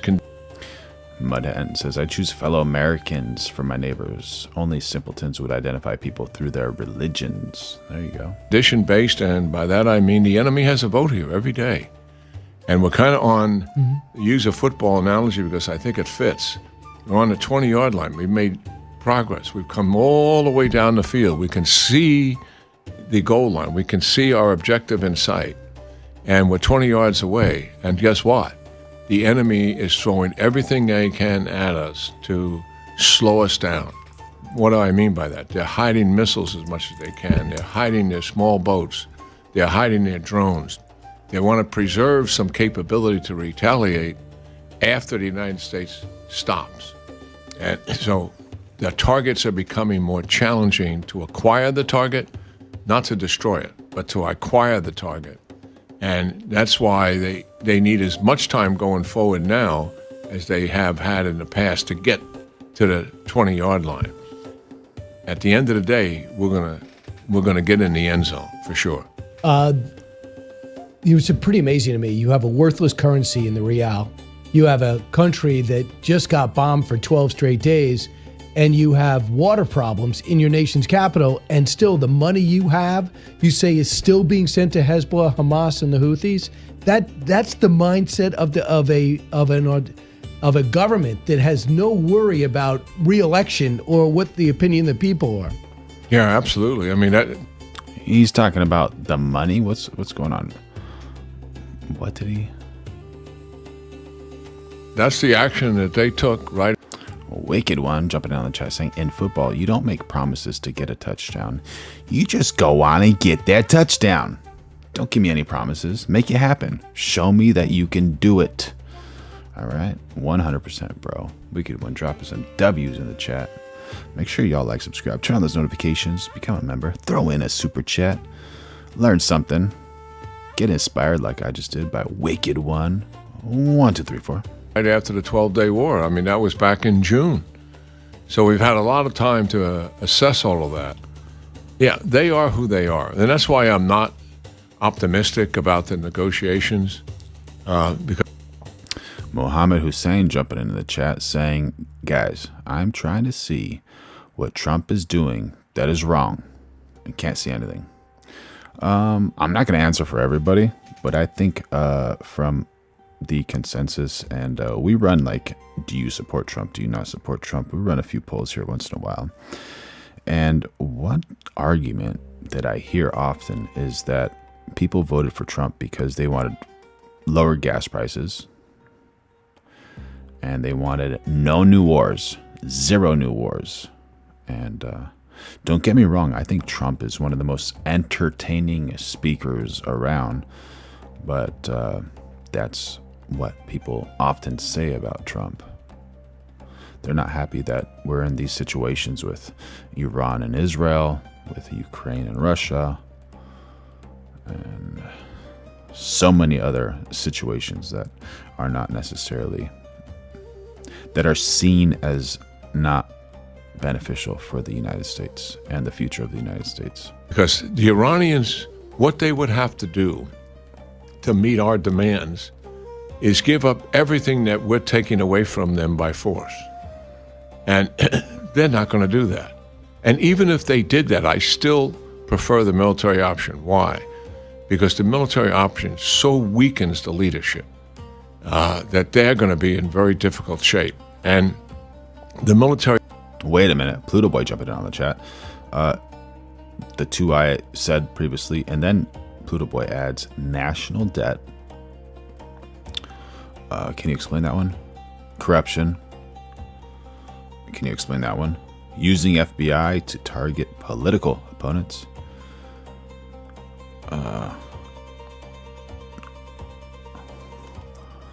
Let's see. The option does not provide them any economic relief Stop it, whatsoever. No, not that one. If you negotiate with them and you're greedy, you're going to give up Come everything. on, dude. The immediate request they're going to have of us Candace. is sanction relief and frozen assets that we have tied up. There you are.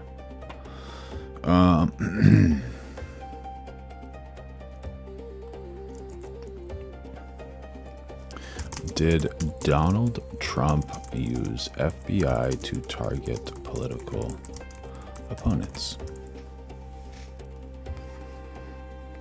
Yes, Donald Trump has used the FBI and other governmental agencies to target political opponents during his second administration. He's so funny, dude. I shouldn't be laughing, but he's so funny. Dude, what in the world, bro? No, not that one. I'm gonna... Let's see, 1 second, chat. Let me just get rid of this. Alright. There we go. I just... Lock you. There you go.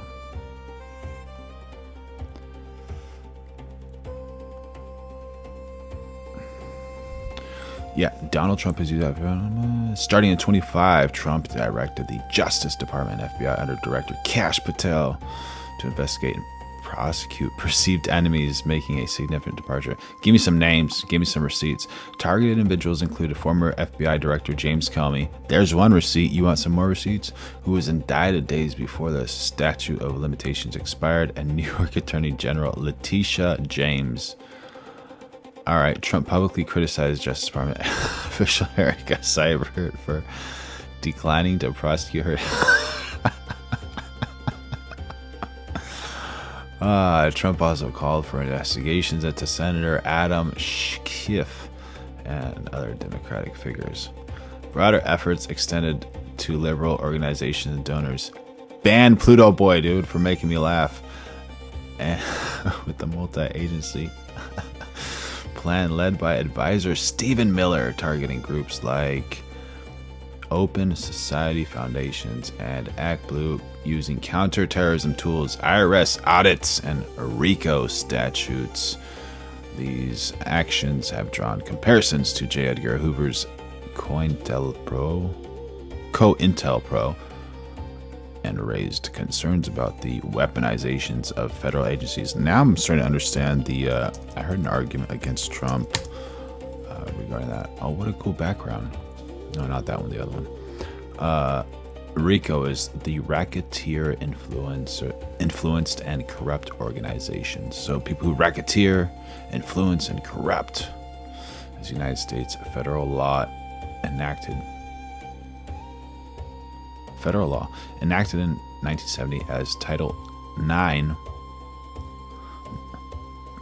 not 11 like Ilhan Omar saying World War 11, but Title 9. If there was an I before an X, the X symbolizes a 10 and the I means -1. Okay, of the Organized Crime Control Act, designed to combat organized crime by allowing the prosecution of criminal enterprises. It targets individuals who conduct or participate in the affairs of an enterprise through a pattern of racketeering activity. Dude, that sounds like a heavy job. Heavy job. They're not hitting anyone. Craftsman jumping in the chat. How you doing, buddy? No, we're talking about how Donald Trump used FBI and other governmental agencies to target FBI Director James Comey and General Letitia James. And because Muhammad asked me about what people dislike Trump for, and Pluto Boy made us laugh. Craftsman. It was created to take down the mob. Yeah, bro. Yeah. I just read that and I was like, that's a tough job. Tough job, bro. Who's spamming? Do I need to put somebody on a timeout? Or tell one of my mods? Trump said he destroyed their nuke abilities last year, said he obliterated Iranian nuclear capabilities. Was he lying then, or is he lying now? Instead of war, they should just box it out. Oh, bro, 100%. 100%. Yeah, that would fix things really fast.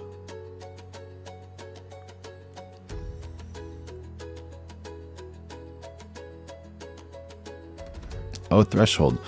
You ask why you get put on timeouts, dude. That's the reason you get put on timeout, man. Don't spam. Trump is the most corrupted president ever.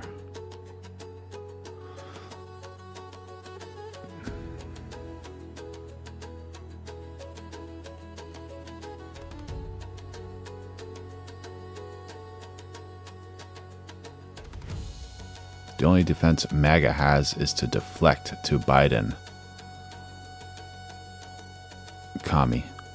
Pluto Boy 85.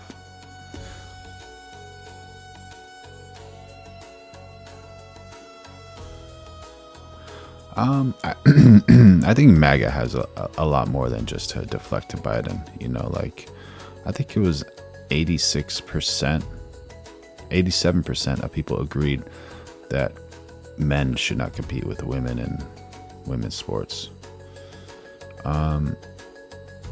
You know, trying to lie to people that and saying that there's more than two genders. You know, there's that once in a very rare opportunity where someone's born with something extra or something less, but well, not really something less, I guess, something extra.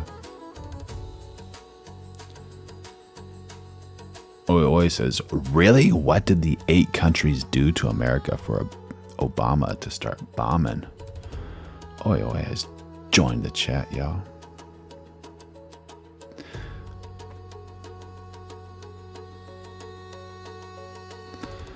Matthew Gardner says, I thought Obama was the most corrupt president that we ever had. Please expand. Would love to know more about that, man. For sure.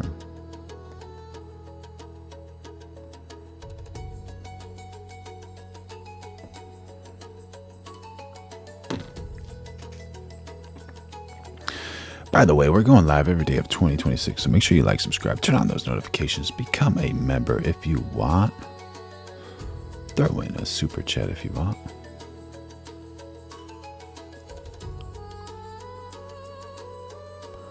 Oh, Mr. Good Citizen.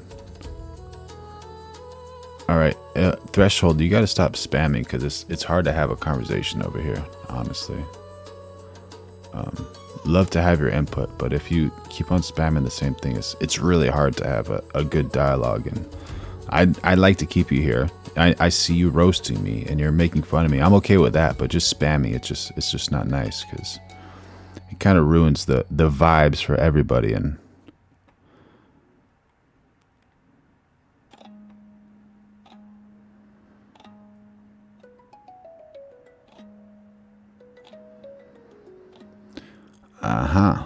Mr. Good Citizen says, well, if Democrats did not allow all of these illegals in, it wouldn't be happening. There you go.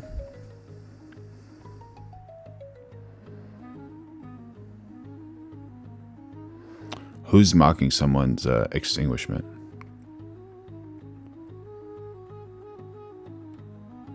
Oh, I see. the man who's spamming, or the woman, whatever it is. Yeah, take it easy. Take it easy. Don't want to ruin it for everybody. Don't want to ruin it for yourself.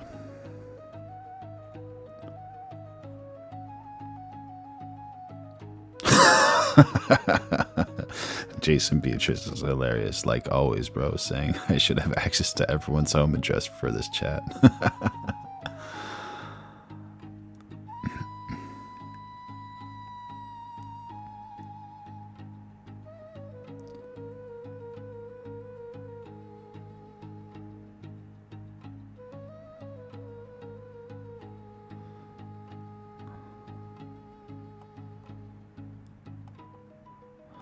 Then some of these MAGA can go work on the farms picking veg and fruits.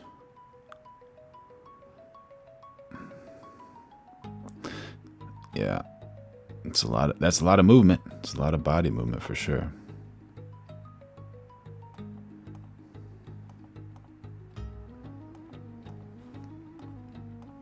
An influx of money, just like the Obama administration did when they made the nuclear deal. So billions of dollars heading their way, that would give them an infusion, so to speak, and help them to recover and stay in power. So the question is, how do they get this missile technology? North Korea, according to a report today that you probably knew about already, in 2005 gave them what they needed to have an intermediate range rocket, the one that was attempted at Diego Garcia. And then we have the ballistic missiles are from China. And the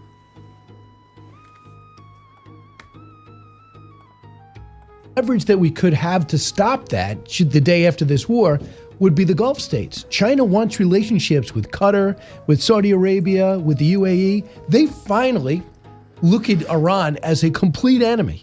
And maybe that would help the possible rearming of Iran, the outlaw state, if China learned that economically you're not going to benefit from anything to do with the investments of those states if you continue to be the benefactor of Chinese military. Excuse me, of the Iranian military. Yeah. Well, would that get their attention?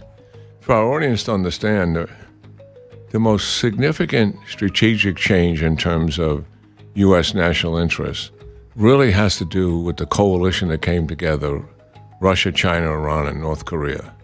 And we're just several years into this. But they truly are partners.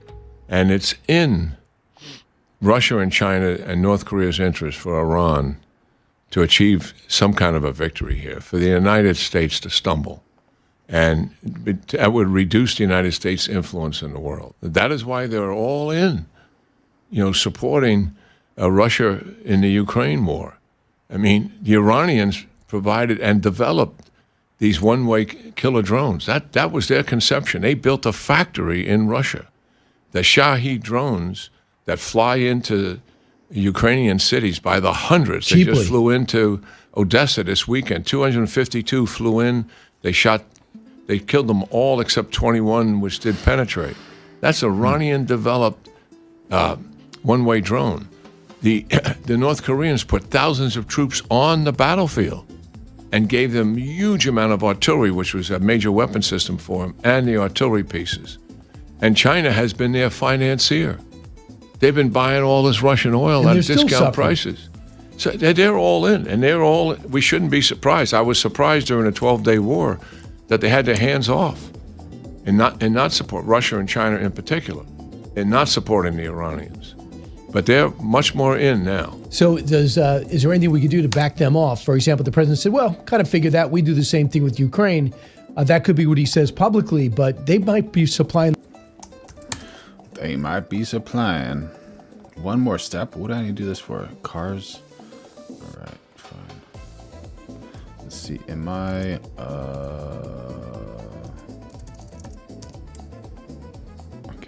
the coordinates where our bases are located in the area. They might have been responsible for whether our base was hit in Saudi Arabia over the weekend. They certainly were the ones who provided the information to Diego Garcia. The Iranians know where all of our bases are, and they know what's there. So there's no surprise on that. What they likely give them is, one, where are our ships? Because our ships are moving around. Yeah. And we're changing locations of ships for all the obvious reasons. One, to protect the ship itself, but also depending on what the target is. We may be shifting around because they're firing offensive missiles from those ships, and some of them are there for defensive purposes. So constantly moving them around, they're likely giving them that information. And they may have, listen, Russia is a sophisticated intelligence network system that they have. We give the Ukrainians exquisite intelligence every single day. Where are the Russians? What are they doing? And we have a targeting cell that provides the information for them to target, particularly at distance, not the close fight, but anything that's at distance. Certainly anything in Russia comes from us. We provide them exquisite intelligence, and they decide if they're going to hit it or not. Sometimes it's out of the range of the weapon systems they have. So we shouldn't be surprised that Russia is turned their intelligence system on to help them. But we got to remind ourselves that there is a coalition here. Oh, Threshold, thank you for the reminder. We're going live every day of 2026, so make sure you like, subscribe, turn on those notifications, become a member.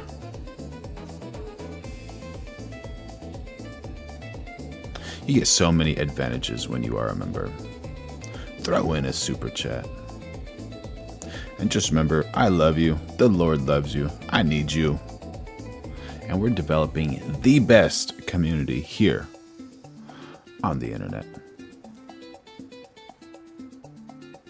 I think one of the things I've been advocating, but likely not going to be done, to get China's attention, is we should be stopping the transit of all the ships that are going through.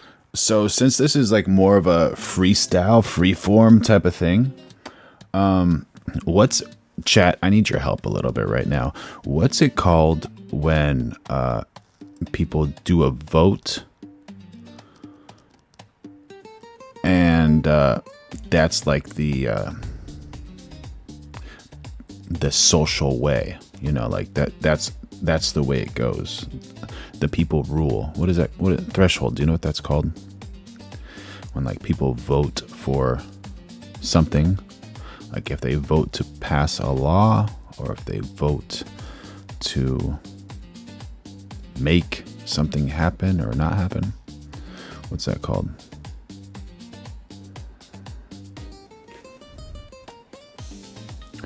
I have an idea. A poll. All right, Matthew Gardner. Thank you. But also, my second question is that ethical? Is it ethical? I think somebody might be right that Threshold might actually be a bot because they're not really responding, just kind of instigating. But is it ethical to hold a poll given? Yeah, of course it's ethical. Let's do it.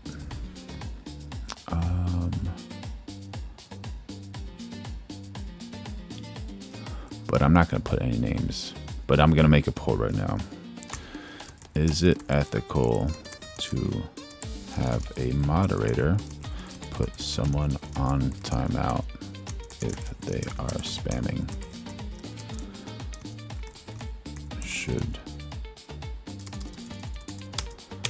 I guess that's a good question, right? All right, let's start the poll.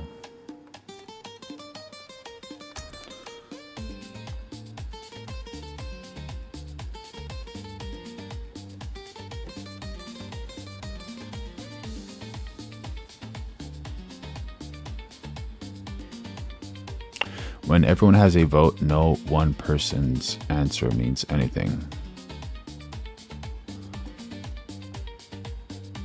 Okay.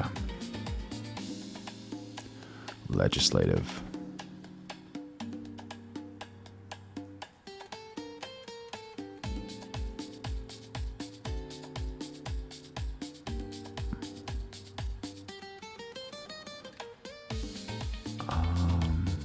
Oh, maybe you're just not on. Maybe you're not like live. You're a few seconds behind, probably. Maybe the chat's instant, but the video's a little slow for you. That makes sense. Because I asked that question like 2 minutes ago, maybe.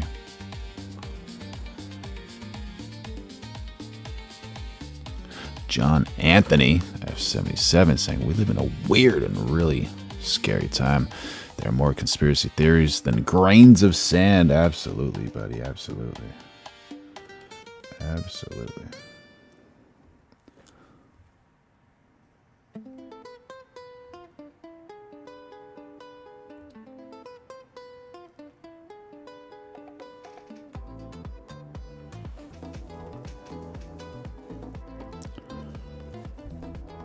Through the Straits of Hormuz. Where are they going? Yeah. Iran If is everything can't ready- get through, none get through.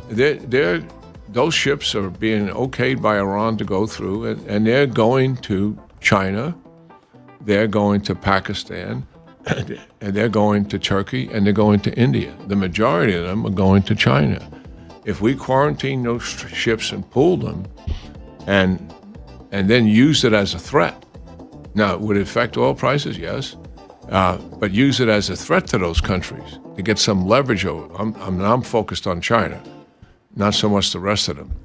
I think that would have major impact on them. Look, if we ever went to war with China, one of the things we would likely do, just so our audience understands, Chinese oil is coming out of the Persian Gulf. They're completely dependent on it. We would lock that up. Yep. We would lock it up, and that would absolutely bring them to their knees if we were in a conflict with it. It would affect the world economy, yeah, but the world economy of China and the United States go to war is going to tank anyway. Were you against us allowing the Russian ship to deliver 737 million barrels of oil to let that tanker through? Yeah, I Cuba? would not sacrifice what. CH Ross 091 says UFO files is just another pathetic attempt to distract from Islandman files and illegal war. Only Trump's dumbest base will fall for it. What's happening in Ukraine for the benefit of what we're doing here. And yeah, I would not have done that. But those are other considerations that the president and his team are working through, But you're asking me straight out, that's my answer. I'm not going to dodge it. Yep. I wouldn't have made it. Yeah, so my hope is the president was going to let that through, because if you're looking to flip Cuba and lock them out of our hemisphere, that's... By the way, I'm not knowing to you. I'm thinking about that. This just extends the life of Cuba. Thank you for the chat, We're going to buddy. be back just in a moment. General Jack Keene's with us. We've got much more questions, because day 31 of this war and some big decisions going to be made. Don't move. You listen to the Brian Kilmeade Show. This is the Brian Kilmeade Show. They added another 2, so it was 10 boats. And now today they gave us as a tribute, I don't know, I can't define it exactly, but they gave us, I think out of a sign of respect, 20 boats of oil, big boats of oil, going through the Hormuz. Going through the Hormuz Strait. You got to respect Trumpy. You got to respect the POTUS. You don't respect the POTUS, he might use his power to do something. Pilot UFO This is the one you're talking about? encounters provide some of our most credible cases.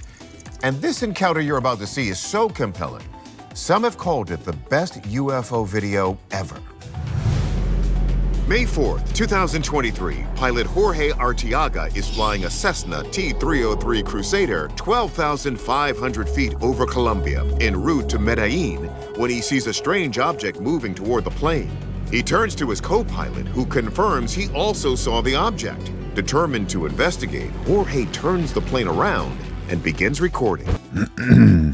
CH Ross 0911. I'm just referring back to this little situation we had with is Pluto Boy still here? Where'd it go? I guess Trump using his powers to go after his political foes. So you got to respect Trump. I guess you had to be here earlier to understand it. But how you doing, buddy? How you doing? A small speck appears in the distance, slowly approaching the aircraft. Then, in the blink of an eye, a silvery object zooms past the cockpit window. Let's slow that down. The object appears to be rotated at a AI? Real? Not real? 45-degree angle.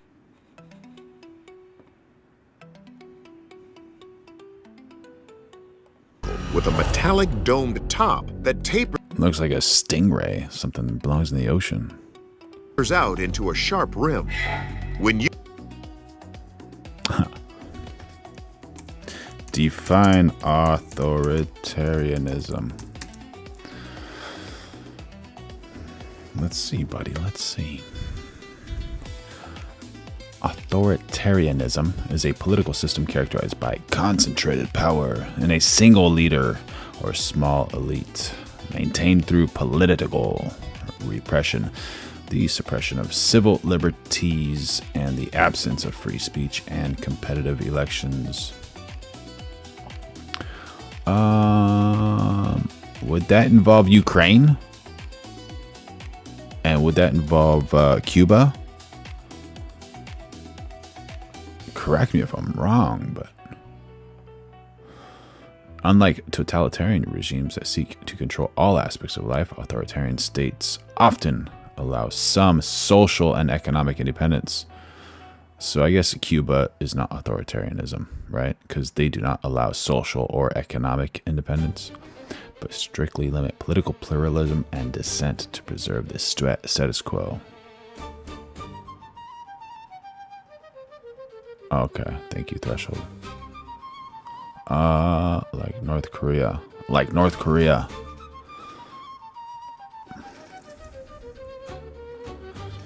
Is North Korea authoritarianism?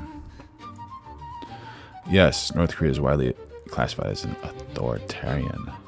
There you go. There you go. In search of IQ says, I need advice. Are you available to try to answer a question? I can't find an answer. Maybe, but maybe someone in the chat can help you too, because we got the best chat in the world. Speaking of, make sure you like, subscribe, turn on those notifications. We're going live every day of 2026. Become a member. You get so many benefits. And throw in a super chat if you want. Oh, it's a loaded question. Uh-oh. I don't know. Are we ready to unload the loaded question?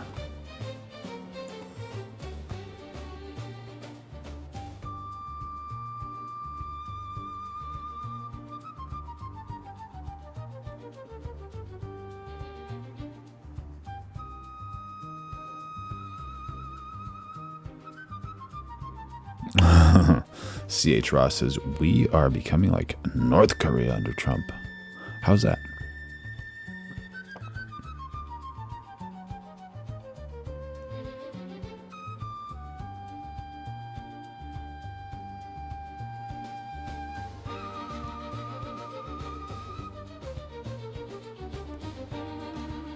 I don't know how to answer you in search of IQ. I don't know, buddy.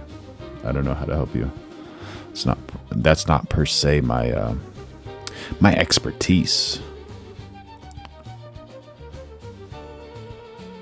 YouTuber Andrew Crawford finds the video online. He knows he has to get the word out. As soon as I saw, I thought, wow, we have something that we need to take a closer look at. So I put the video out there and it just took on a life of its own. Andrew's followers flocked to the video, with some comments calling it the best UFO video. Elite pushing more false narratives of the left. Constantly pushing false narratives of the left. Explain yourself. What do you mean?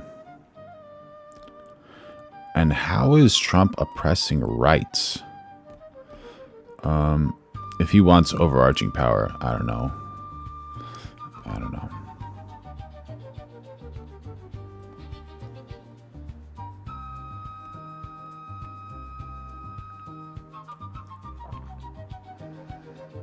In search of IQ, did you subscribe to the channel or did you follow the channel?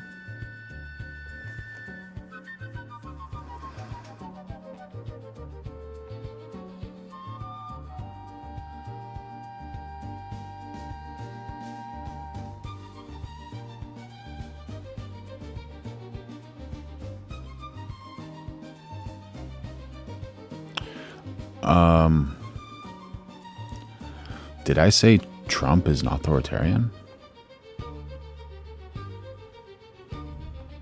Ever, and soon the pilot's first-hand account emerges in news reports. He said when he was getting closer to this object, the object shot at him, straight towards him, which wow, that's pretty spectacular.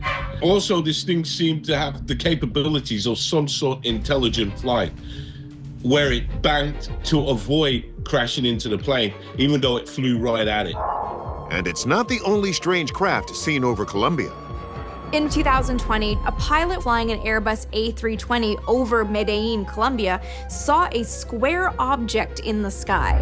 When you look at the video, it looks like it's solid metal, but it's very small. It doesn't have an engine, it doesn't have wings. The object also evades radar detection, leaving the pilot puzzled. He said it was way too high up to be a balloon. He couldn't explain what it was. We analyzed that one ourselves in an earlier episode. And we couldn't explain it either, making it a genuine UFO. It could just be like a birthday balloon, right? Then, in March 2025, another spherical UFO flies over Colombia and allegedly even lands. X-rays of the sphere show multiple layers of metal surrounding a central chip, but its origins remain a mystery. Is what our pilot saw somehow related to that puzzling sphere? This isn't a clearly identified object, so there's a mystery to it. And two other things that heighten this mystery. One, this UFO didn't show up on radar. And two, it seems... Fake or real? Fake or real? What do you think? In search of IQ from Twitch. Says left and right tend to leave out facts in pursuit of how they feel their party wants them to be. It's on both ends. Ooh, chat. I got a good one for you. Got a good one for you. What do you think about this? If you had to choose, which party would care more for you, the left or the right? Like literally care for you.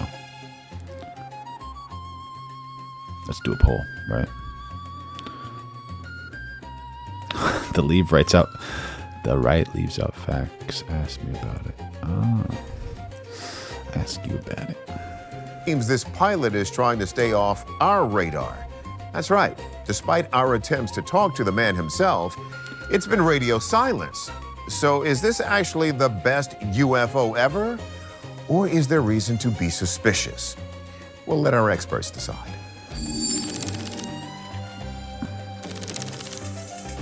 First off, could the video be a fake?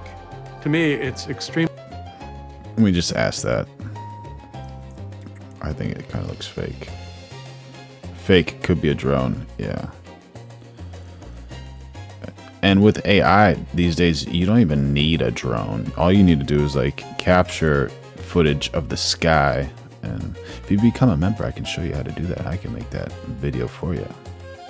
And AI is getting so powerful that, yeah, a lot of people are not happy with it. Obviously, right? Oh, it's surprising. A lot of people didn't want to get involved in this poll. So we have 80-20 out of 10 votes. Is it ethical to have a moderator put someone on timeout if they are spamming? So 80-20, yes. And then on the other one, 78-22 out of 9 votes, yes. So I guess if anyone is spamming in the chat, everyone thinks it is ethical. So there you go. Extremely fishy that they knew that this object was going to come across the sky and pointing their camera when they did, and then had this one incident happen where now you've got this object coming across their window. Valid I don't think point. that it's there. I think it's actually a computer-generated image. Then again, the pilot's foresight in filming the object is consistent with the account he gave in initial interviews, that he had already seen. C.H. Ross. Derailing focus. Is it just entertainment? It and went back for another glance. We may not be ready to call this one a hoax just yet. From this recording, the clarity of the object is strong. There is nothing that suggests that that object was added into that scene. If it's not a fake, could it be space junk falling to Earth? This is definitely not a falling rocket part because it was actually holding steady at that particular altitude. Wait a minute. Holding steady? The pilot himself says this thing sped right past him. But D'Antonio doesn't see that here. I don't think he saw something coming at him at very high speed. I think he saw something he was passing at very high speed that was sitting rather still in the air, and thus it looked like it was moving toward him at very high speed. With that in mind, we can think of only one likely culprit. I believe that what we're looking at here was moving much slower than the aircraft. Maybe it's traveling on air currents, and we saw it zip by.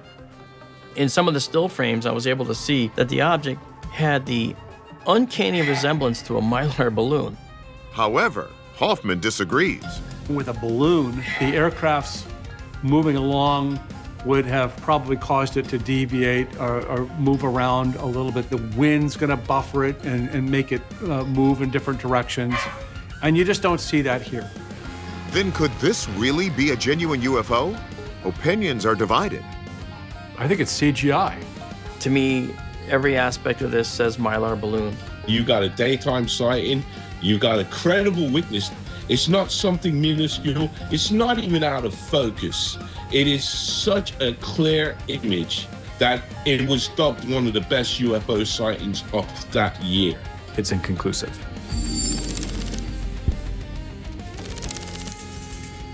Our verdict? This is an unexplained object, at least until our experts can reach more of a consensus. You know, if you really want to know what's going on with this one, it's a little tough now, but with your keyboard, you push M to mute it and unmute it. And you push comma to go back one frame, and you can push period to go forward one frame on a Mac.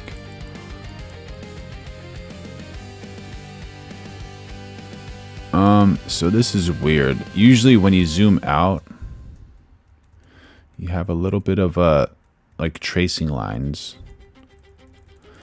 here. Let's go backwards. Okay, that frame. So right now when I'm doing this, I'm actually focusing on this cloud. Pixel peeping a little bit.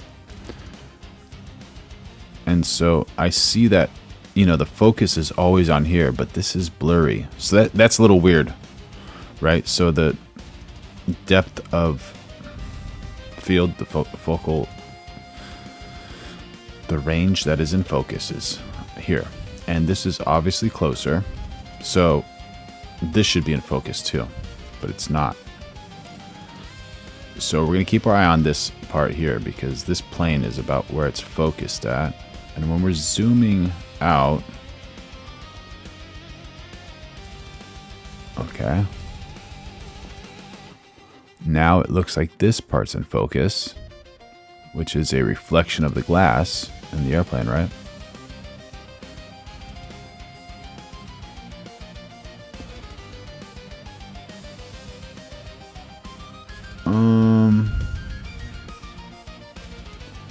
Or is that the glass? No, that looks like the floor.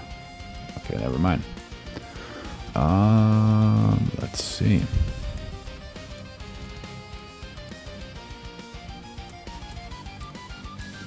Focus is scattered everywhere, but this is still kind of in focus back here.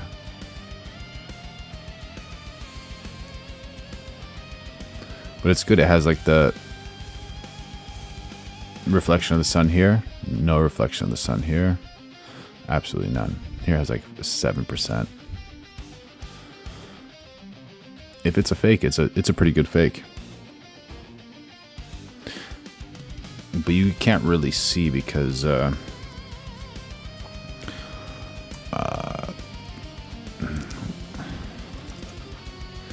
if they compress it, if you get like the natural footage, okay, you can understand, but you never know.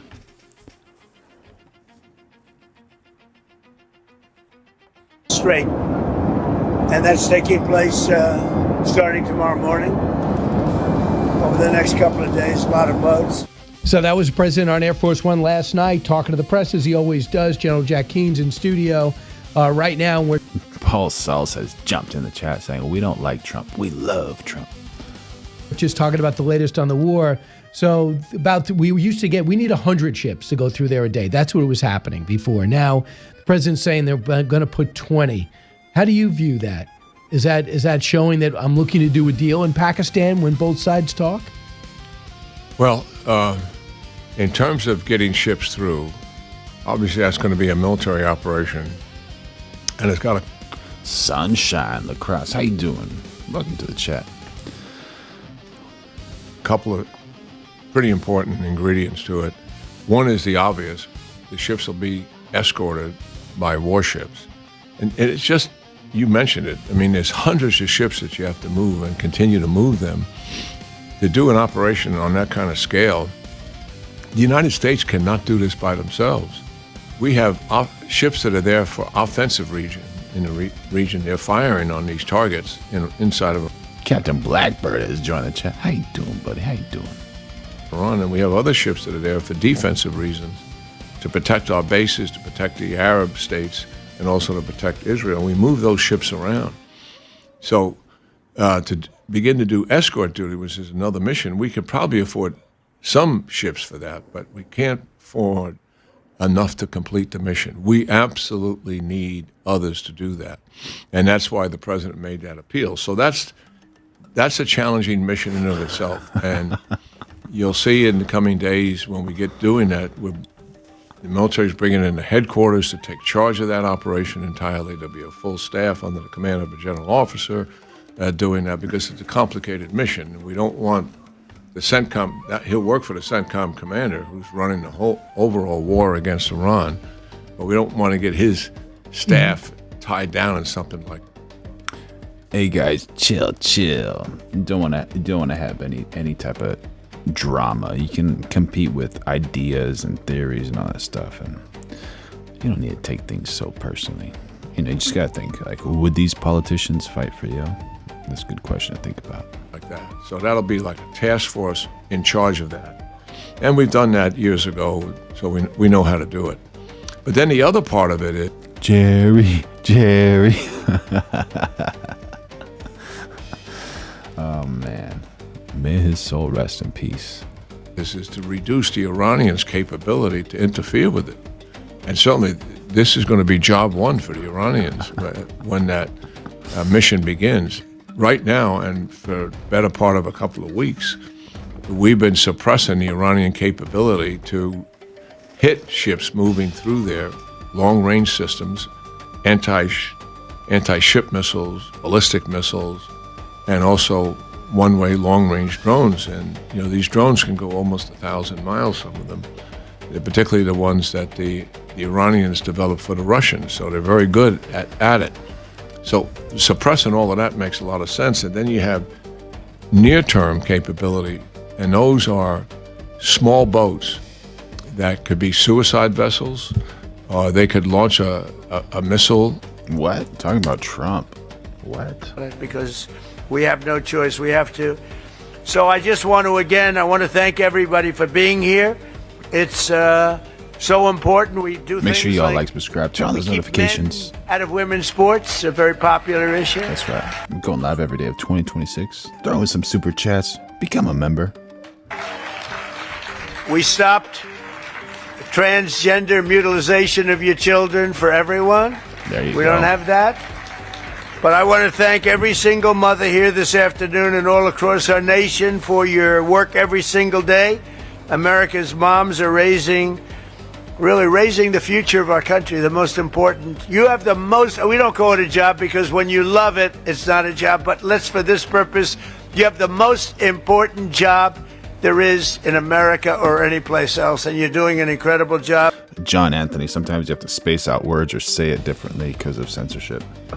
I just want to wish you all a very happy Mother's Day. We're going to have a great Mother's Day, and for those mothers that lost their child, many of whom are with us today, the angel moms and others, Gold Star moms, we love you especially. We love you maybe even the most. Thank you very much. Thank you, everybody.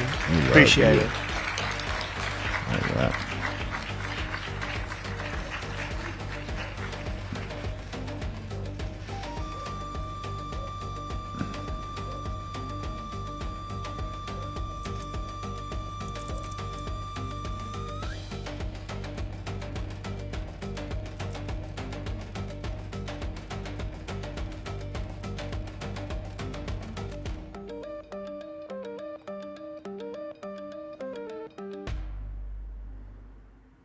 Policies in place that have helped our employees. One of those that's been very impactful this year is the no tax on tips and the no tax on overtime.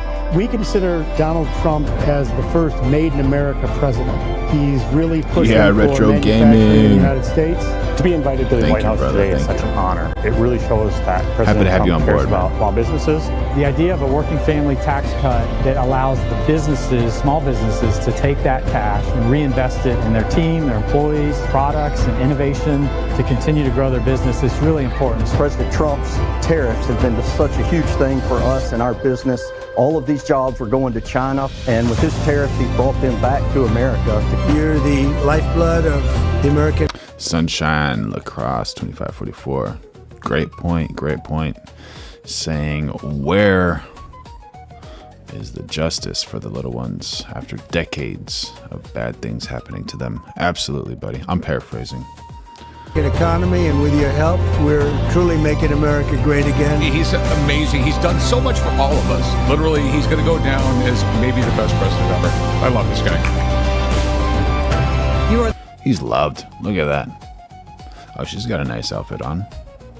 The most pro-growth, pro-small business president in American history. I would like to thank you, Mr. President, for restarting and rebooting our economy.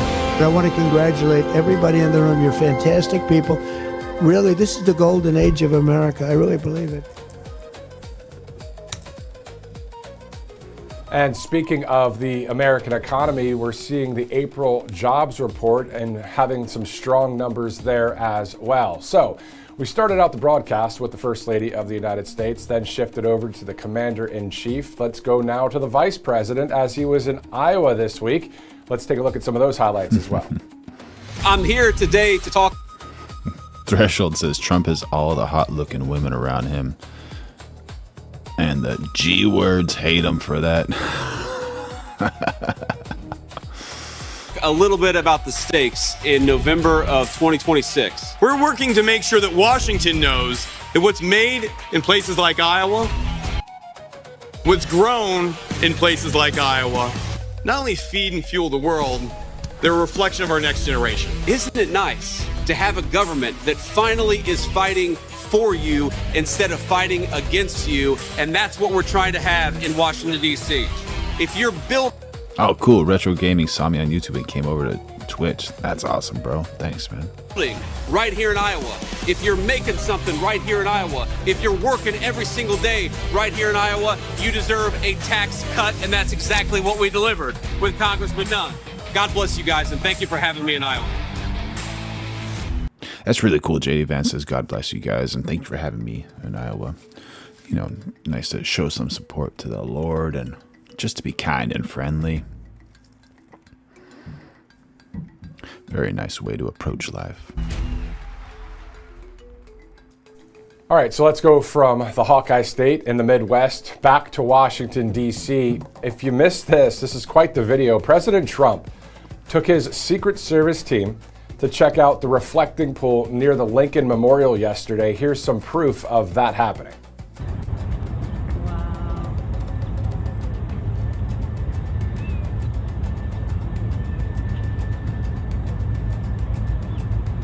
Thank you, Captain Blackbird. Appreciate it, brother.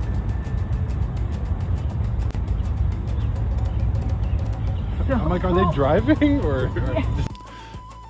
JR Sping saying, being in the Island Man files means nothing. Context of why is what matters. Absolutely. Absolutely. Yep.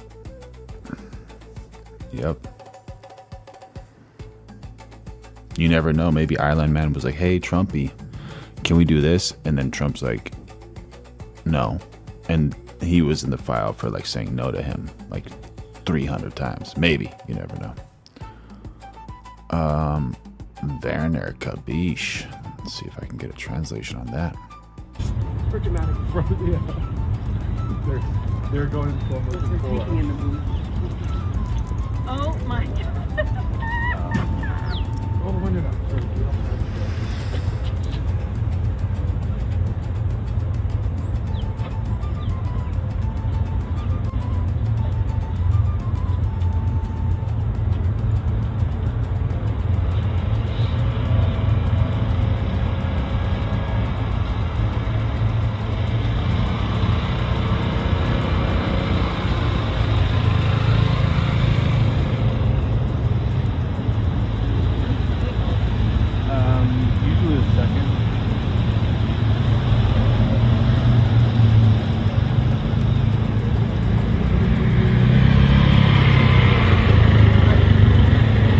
How you doing, Elizabeth?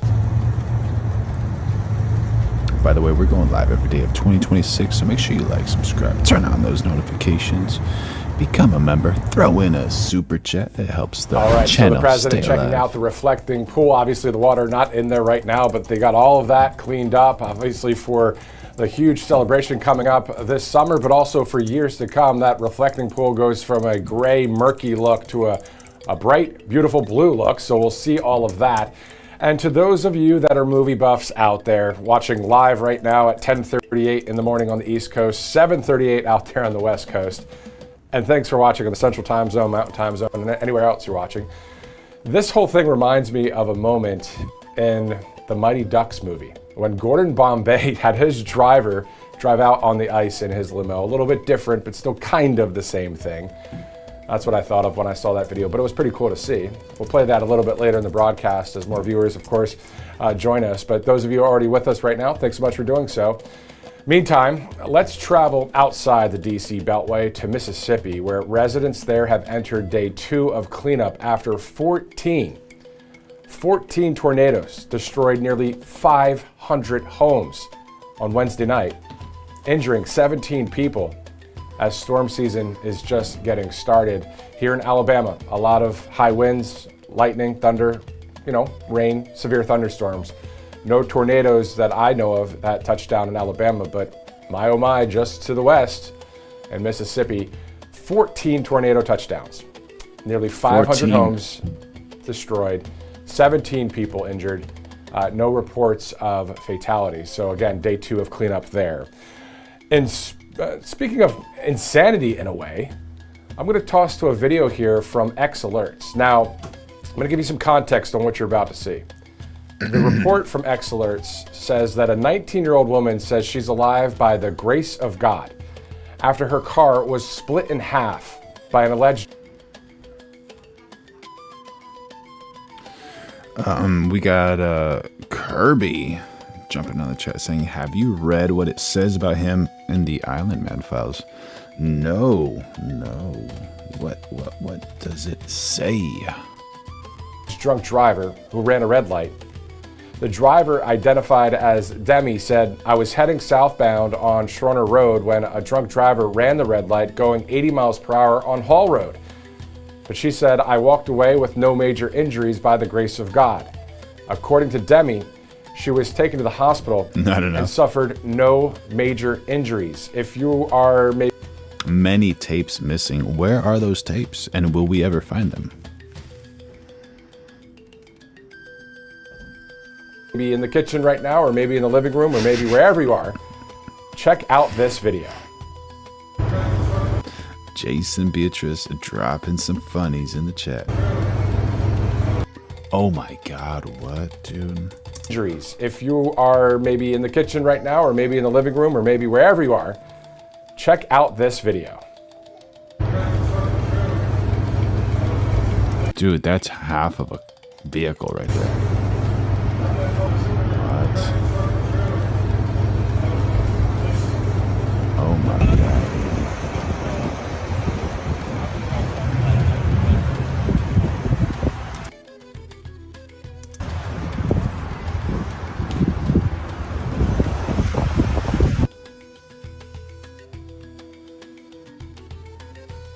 Quite the scene, and the woman is not injured.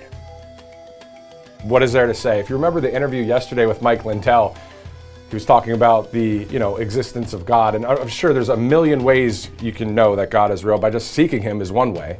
For sure. But I mean, come on, if that's a miracle, I mean, I would say that's a miracle. The car was split in half, and she only has minor injuries. Wow. We'll talk about that video a bit later as you're just joining us maybe, but wow, that was intense to watch. Yeah. If you'd like to, let's do that. Yeah, Jason is one of the best trolls in the world. But he's not always a troll, not always. Yes, let's go to MyPillow actually. MyPillow.com/RSBN. The Mother's Day. MyPillow.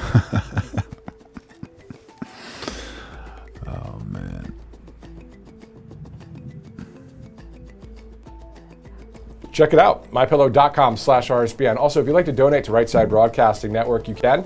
Just go to rsbnetwork.com/donate, rsbnetwork.com/donate. Yeah, and if you want to donate to Elite Plans, just do a super chat or become a member. Thank you so much. In case you missed it, let's go to our recent interview with American patriot Karoline Wren in Florida. Karoline Wren, America First Patriot, joining us now. Karoline, great to see you again. Thank you very much. Thanks for having me. There we go. We got a referral, John Anthony, saying Jason Beatrice is solid. I stand by that. I know him from several channels. Very cool, very cool. Yeah, I haven't heard Jason Beatrice say anything stupid.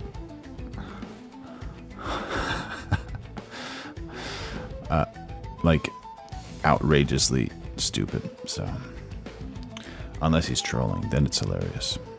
Yeah, definitely. Let's talk about Florida quickly. I mean, how is it in the Sunshine State right now? It is beautiful here. The weather is great. We are batting down the rhinos who were trying to take out the president's renaming of the airport yesterday. So that was sort of a fun thing that popped up. Just in case you guys don't know what a rhino is, RINO is Republican in name only. That is an acronym. I was asleep, actually, and MAGA state rep Meg Weinberger called me 3 times in a row, said, get out of bed, you need to head down to the Palm Beach County Commission's office. They're trying to play games with the renaming of the airport. And so that was sort of a battle we had to play with yesterday. Wow. So it's official now. I know the logo is out there, but is it official? Like if I go on Expedia and I say I want to fly from ATL down to DJT, that's going to pop up yet, or is it not there yet? I think they said in the commissioner meeting yesterday that July 9th would be the date that it's likely going to be enacted, and when the signage will be done and all that. So yesterday the battle was actually over the trademarking of the name, and because they want to make sure that there's not going to be disparaging materials or comments or things about the president. So it was a standard licensing agreement that the Democrats wanted to turn into a pond to play games with blocking this airport naming from happening. But it is going to go forward, and so starting sometime in mid-July, you will get to fly and land at the the President Donald J. Trump International Airport. No, it'll be awesome. And then on top of that, I'm thinking about maybe upgrades and what it will be like there at the airport, the restaurants. Think about the music that's going to be played in the terminals. It's going to be rally music. Well, I wish President Trump could DJ, actually. He's such a great DJ on the Mar-a-Lago patio, but I know that there are some secretive Spotify playlists that the president likes to play off of, and so maybe they can get that playlist going in the airport. That would make it very exciting. I for one know I would love to board a flight to Gloria. Yeah, no, that would be great. Now, let's go up to Washington, D.C. So this is allegedly a breaking news story, if you want to call it that. Let's see where it's legible for everybody, or for most people. Or what about we make it legible for everybody with minor cutoffs?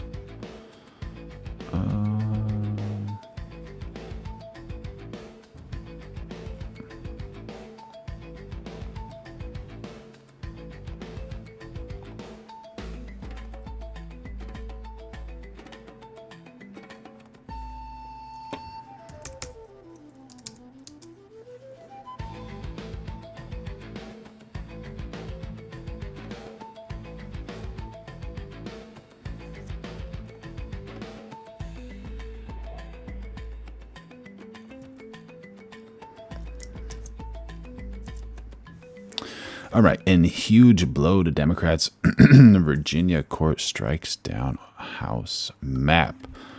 Okay, be right back on that. We have the airport code DCA, of course, Ronald Reagan International Airport there. So why is this important to have Donald J. Trump, President Donald J. Trump, to also have an international airport named after him? Well, he's one of the most transformative figures in history, and also it's pretty normal to have airports named after presidents. You've got the John F. Kennedy Airport in New York. You've got the Reagan Airport, as you mentioned. You have the Bill and Hillary Clinton Airport. In fact, in Little Rock. And so they're in the Gerald Ford Airport. But President Trump, he has just been such an unbelievable leader. And I do think this is a big deal for Palm Beach County. I live in Palm Beach County, and just thinking, when you actually are renaming for a sitting president, there are a lot of federal grants and things that matter. And President Trump certainly is someone who loves beauty, as we can tell. And so with his name on an airport, I think that you're going to see a lot of beautification to that airport. I also want to see additional routes. The population of Florida has exploded. 2 million people have moved here since COVID. And so, having an expansion of the Palm Beach International Airport will help with tourism, help the economics of our county. And so the idea that these commissioners will play politics and, try and block President Trump's name from coming, where there's all right, so much economic. There you are. So in a huge blow to Democrats, Virginia court strikes down House map. The decision by the state's top court is a major victory for Republicans, wiping away a measure approved by voters to allow Democrats to gain as many as 4 House seats in the midterms.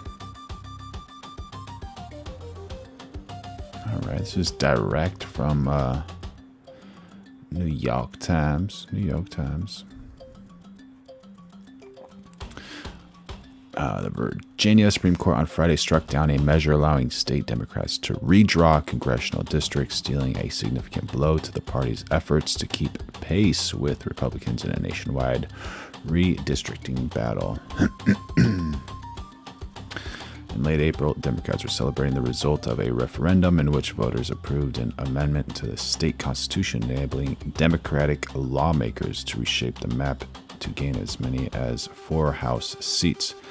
But Republicans challenged the legality of the measure in court, securing a victory that helps them build an advantage in what has become a coast-to-coast gerrymandering chess match. So the Republicans challenged the legality of the measure in court.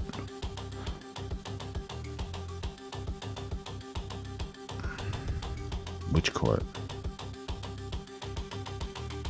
Okay. Democrats had fought the GOP to a rough draw after Virginia, but since then they have faced setbacks, a U.S. Supreme Court ruling, so I'm guessing it's the Supreme Court, on the Voting Rights Act last week set the stage for an improvement in Republicans' fortunes ahead of the midterms, and the Virginia court decision provided the GOP with more welcome news. Already, Republicans in Tennessee, Alabama, and Louisiana have taken steps to draw new maps before the midterms, which would net Republicans a handful of additional safe seats before voters cast a ballot in November. South Carolina and Mississippi are also exploring new maps from November.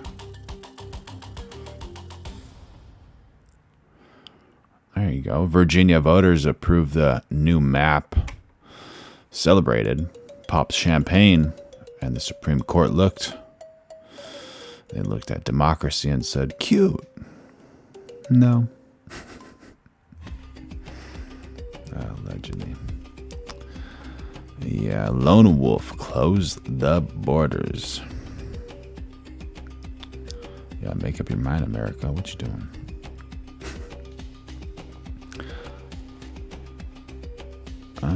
Democrats spent months organizing a whole referendum, got the voters to approve it constitutionally through a party, and Republicans just walked into court the next morning like, yeah, we're gonna need you to ignore that.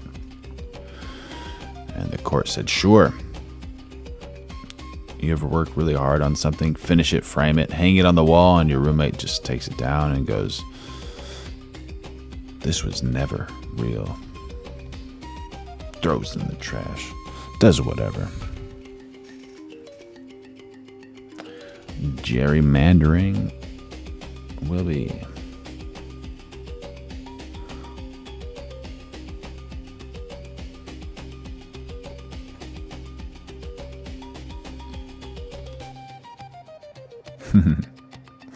Democrats are out here playing checkers thinking they won. Republicans are playing chess underwater, blindfolded, and somehow still moving your pieces while you are celebrating.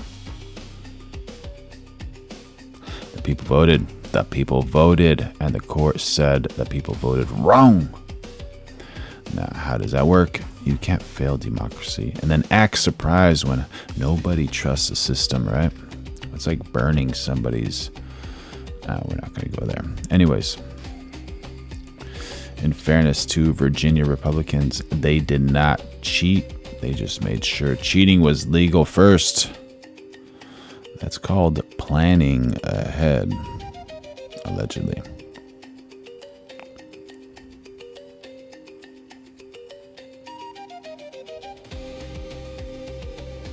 Threshold says that's just another false narrative of the Democrats. Sure could be. 100% could economic be. drive it will bring to our county and bring to our airport just shows how much Trump derangement syndrome these folks have. And we all know the saying, the free state of Florida. And I'm sure the people that are watching outside of Florida right now, including myself, we're here in Alabama, but I want to call it the free state of Alabama. I want to hear the free state of Iowa, the free state of New Hampshire. Come on now, right? Freedom across the country. We want to have that similarity that you guys have with that freedom there. And let's go back to the name now. Of course, President Donald J. Trump International Airport. You look at 2015, you look at an outsider candidate, you look at somebody that tells it like it is, you look at somebody that really brought it to the fake news, you look at somebody that overcame so much for we the people. So you look at that versus, I'm sorry, those that are watching in Little Rock, Arkansas, most of them are probably Republicans anyway, but then they have to deal with the Clinton airport name there. But anyway, so yeah, it's well-deserved, isn't it? It is well-deserved. And, you know, the president, his home is Kirby, was I supposed to bring snacks? What are you talking about? here with Mar-a-Lago. He has a lot of business here. So honoring him in this way makes total sense. It is good for everyone in our county. I'm so excited to fly in and out of this airport. I can't wait to hear the airlines announce we are now... Terry Simmons wants to boycott Trump Airport. Landing at the President Donald J. Trump International Airport. He's putting his library down in actually in Miami-Dade County. That's another big development coming. And then we also have a road here in Palm Beach County that's being renamed after President Trump, which is great. Again, this is a point I made when I went to the meeting yesterday, is that they renamed a major road in Palm Beach County for Barack Obama. And so they're fine doing it when it comes to a Democrat, but you know, they have to just have a total meltdown when it comes to a Republican. And that's not the way it should be. President Trump deserves to be honored in the county that he calls his home. And so this is really, really exciting for people that live in Palm Beach County.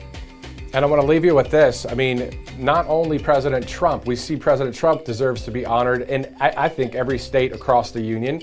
And rightly so for, as you know, MLK Jr. in a number of states across the union. And why not go with Charlie Kirk across every state in the union? There should be no pushback from that. Charlie Kirk. We have a majority of the people here that are very happy that President Trump has won elections, that Charlie Kirk was a great, great person for this entire country, and not only that, the world. And same thing with the civil rights leader, MLK Jr. So we really should stop with some of the leftist extremists saying, no, we don't want to do that, right? 100%. I hope President Trump names the ballroom after Charlie Kirk. I think that would be something really special. But you have... that would be absolutely incredible, since Charlie Kirk absolutely helped Trump become POTUS. Man, what a legendary thing. And how long would it stay that way if that was actually the case? Make sure y'all like, subscribe, turn on notifications. We're going live every day of 2026. Become a member. Throw in a super chat if you want. It helps keep this channel afloat. Liberal states such as Arizona, where Charlie Kirk called home, and the governor there vetoed a bill to actually rename, I believe it was the license plates or street after Charlie Kirk. And so they don't want to see any recognition of conservative. What if every word is just changed to Trump? Like everything is just Trump. Conservative heroes or Republicans. This is why they topple statues and they get rid of any books that recognize history of any conservative values. They don't want the Bible anywhere near. This is a pattern by them. And right now we are the ones in power, and we should be honoring folks like President Trump and Charlie Kirk. And I'm glad to see these things actually move forward. And to your point, exactly, it's not just Republican or it's not just conservative. It's on the right side of history. It's the person that stands for truth. It's the people that stand for good versus evil. So, and we know, again, the majority of the nation on the right side of history. Now, question for you before I let you go. The Save America Act, what would you like to say to maybe... Terry Simmons jumping on the chat saying, I have my negative thoughts about Charlie Kirk because he H-word veterans, and I am a disabled Navy veteran. First of all, thank you for your service, buddy. And what did he say about veterans? I don't know if you understood him correctly. He doesn't, I didn't hear that, but he doesn't come off to me as like a veteran hater. I don't know. I probably just haven't seen the things you've seen. 51 Senate Republicans who could actually nuke the filibuster and then have that simple majority pass that act, make it a law in this country? You need to stop fighting this. It is absolutely insane. The Democrats have said when they take all three branches of government, they will immediately nuke the filibuster, and they will make DC and Puerto Rico states, adding 4 permanent Democrat senators. They will then nuke the filibuster to pack the Supreme Court, and then they will nuke the filibuster to legalize 50 million illegal aliens so that they can be able to compete in an electoral map. They have said it. They are all on the record saying it. It is outrageous that Republicans are too busy protecting the institution of the Senate, where this is the Democrats will blow up the institution the moment they are in power. You've wasted 18 months of President Trump being in office, a Republican majority in the House and the Senate. You need to lift the filibuster immediately, pass the Save America Act, and get President Trump's agenda through. I'm so sick of Republicans unwilling to fight fire with fire. Now is your moment, and get it done. Of course, figuratively speaking, a mic drop right there. Karoline Wren, America First Patriot. Thanks for what you do. You can follow her on X at Karoline Wren. Thank you again, Karoline. Thank you. All right, great to interview the American Patriot in Florida, Karoline Wren, of course, all over conservative media, but really on the right side of history, doing great things for this country. We're going to get into some developing news that we just saw here in a second. Before we do, let's go to All Family Pharmacy. Mother's Day, of course, is right around the corner. And while most people are thinking about flowers or dinner plans, there's something else worth thinking about: her health and being prepared. Moms are always taking care of everyone else. The second someone gets sick, they're the first to take in and step in and help. It's time we take care of them too. Right now, All Family Pharmacy is running a Mother's Day sale, 35% off everything on their site with code RSBN. Westman 7837. Absolutely not. He was not a R word. Charlie Kirk was anything but that. 35. This is your chance to get ahead because you don't have to wait till something comes up. Be prepared with allergy medications, everyday prescriptions, emergency medications, from hormone and thyroid support to weight loss, energy, antibiotics, antivirals, even anti-aging and hair support. It's all in one place. You can order online and they handle everything for you without the runaround. So just get your prescription approved by a doctor and the company will ship it to your door. So take care of the women who take care of everyone else. allfamilypharmacy.com/RSBN. Again, 35% off. So just use that RSBN 35 promo code. This sale goes until Monday, May 11th. Also, Birch Gold Group, one of another great sponsors here on Right Side. When there are supply constraints on commodities, prices surge. You see it with fuel prices when the Strait of Hormuz was blockaded. And heavy safety night, you see gold on blocks. New remember this here on Right. Truth when the mainstream media falls short. Since 2015, we've proudly broadcasted every single one of President Trump's iconic MAGA rallies, bringing you the excitement. What'd you say, Terry Simmons? What are you trying to ask me?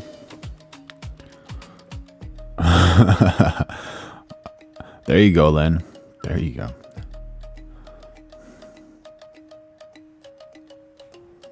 Else. By watching RSBN, you get an unfiltered front. We got Lone Wolf and Cub saying Charlie Kirk didn't try to run over a federal police officer. That's true.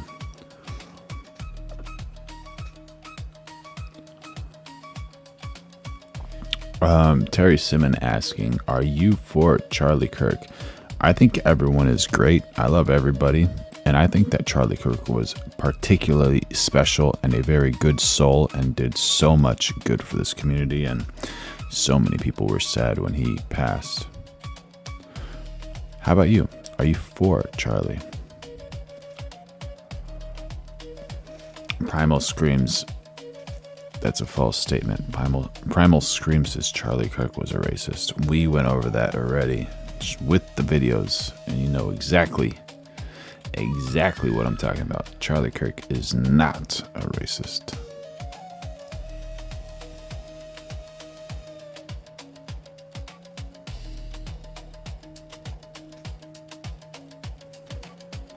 Row view of the action on the ground. We interviewed the crowds to give a voice to millions of Americans just like you. We show you President Trump's speeches in their entirety, free from interruptions and censorship. We cover the If you want to send some quotes, Primal, feel free to do it. Stories that matter to you with the integrity and passion you deserve. Maybe the R word means something different between you and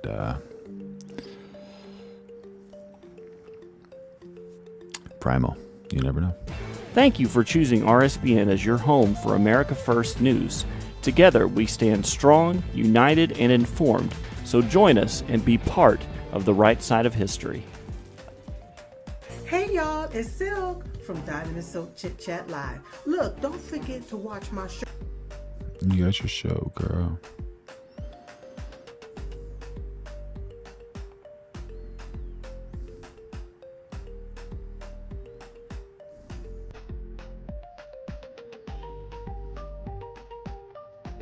At least I know I'm free, and I won't forget.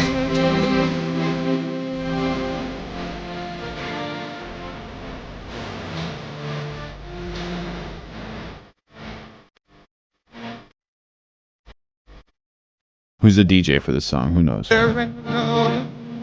Does Trump have his phone in his pocket? He's like, I'm gonna walk out to the song. I love this land. God bless the U.S. Penguin hates his song. God bless the USA, man. DJ Whack. Thank you very much. We love that song. We could have listened to the whole song. We had that right from the beginning. It's Lee Greenwood, and it's been a great tribute to all of us. Why don't we sit down? We've got plenty of time, right?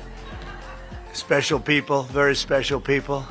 And I hope you like what we're doing. Did everybody get to see the Presidential Walk of Fame?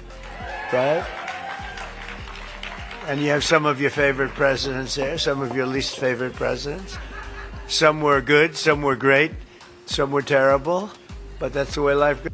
We got MTIHC saying Trump is so happy. There you go. Right? And thank you for jumping in on the chat. Make sure you like, subscribe, turn on those notifications. We're going live every single day of 2026. Become a member. Throw in a super chat if you want. Helps the channel survive. You notice the roses? This is a rose garden, and we added a lot of roses, I will tell you. This was a rose garden that didn't have too many roses, and if you look now, we cornered the market on roses, and you deserve them. So thank you for being with us in this beautiful spring, this gorgeous spring day. The very famous rose garden has been famous for a long time. They let it get a little bit out of control, but now it's brought back to the highest level. And you know where you're standing or sitting right now is white stone, and that was grass. And the problem with it is you couldn't walk on it because this is built on a wetland, and the grass was always soaking wet. It didn't matter. There you It go. was always soaking wet, absolutely. And so when Brooke Rollins would get up and start making a magnificent speech, and she'd be standing in mud, and she'd say, I ruined my shoes. Her speeches would never be as good as they could have been because she was always concerned about ruining her shoes. But people would come here, women would come with the high heels, and it wasn't a pretty picture. So after about 150 years, we gave up in the grass, so we said, let's build it so we can use it. And now we have lunches here, we have dinners here, and it's nice and it's cool. The white reflects the sun, so you don't, although it does go in my eye right now, I notice. I didn't anticipate that, but it's a great place. It's a great place, and we do news conferences, we do everything. And right up here, you probably noticed a new black granite and it's been so well received. People can't even believe it because the stones were all broken and really in bad disrepair, and it's really become great. And we added the pictures of the presidents from George Washington to a guy named Trump, and people really, they've loved it. We call it the Presidential Wall of Fame or Walk of Fame. We say you could call it either. Do you like walk or wall? Ready? Walk, Presidential Walk of Fame. Presidential Wall of Fame. Same. Same. That's the same. I would call that a tie. But I want to thank you all for being here. It's amazing. The weekend we celebrate Mother's Day, honoring the women who raised us and all of the wonderful mothers in our lives for millions of American families. Sunday will be filled with love and gratitude and joy. I had a great mother, by the way. And today we're honored to be joined by many strong and truly heroic moms. Primal screams, trying to take something out of context, saying, if I'm dealing with somebody in customer service who's a moronic black woman, I wonder, is she there because of her excellence? You just mentioned moronic. Or is she there because of affirmative action, the DEI thing? Yeah. Is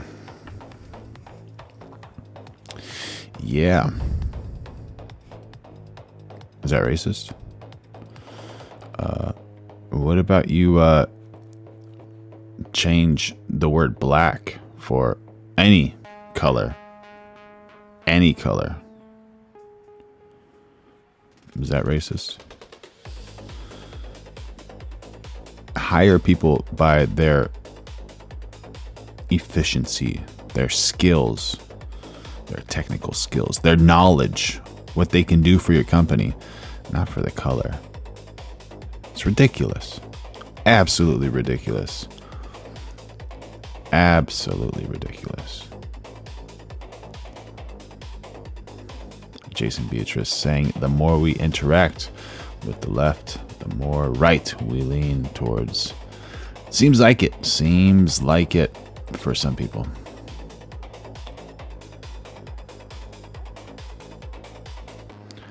That's true. Captain Black, who's ganging up on people?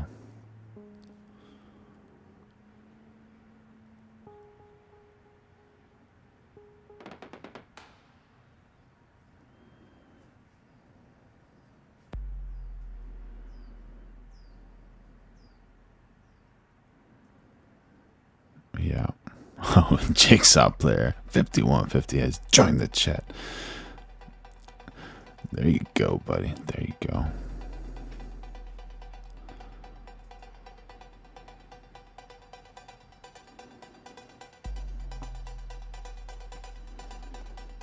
Moms who have stood up for their children, both in life and in a very profound loss. Very, very terrible in many, just terrible loss. Yeah. Many cases. Lone wolf and cub is just a being of himself. And we have a lot of the greatest people on earth. Angel moms, they're with us today. They're great people. They've been through so much, and I got to know so many of you during my first days of running. I got to know you and I got to love you. But we want to thank you for being here. Mother's Day, it's one of the great days. I always think so fondly of my mother. I had a wonderful mother. Among those with us this afternoon are a number of the angel moms who saw their precious children stolen from them by the open border policies of the radical left. Open borders, I call them stupid borders, not open. I call them stupid borders by stupid people that put them there. And the migrant criminals that let them pour into our country, and bad things happened. Bad things happened. 25 million people came into our country. Many of them were criminals. Many of them were murderers. They allowed them in with their open border policy. They should not allow in any criminals or bad people. Come on, y'all. What are you doing? Oh my gosh. Make sure y'all like, subscribe, turn on those notifications. We're going live every day of 2026, and If you want, you can continue this conversation on the Discord, but I gotta end the stream now, and I will see you soon. The Lord loves you. I love you. And if anyone starts spewing hate on you, just let that hate roll off of your back like water does off of a duck's back. Until next time, y'all.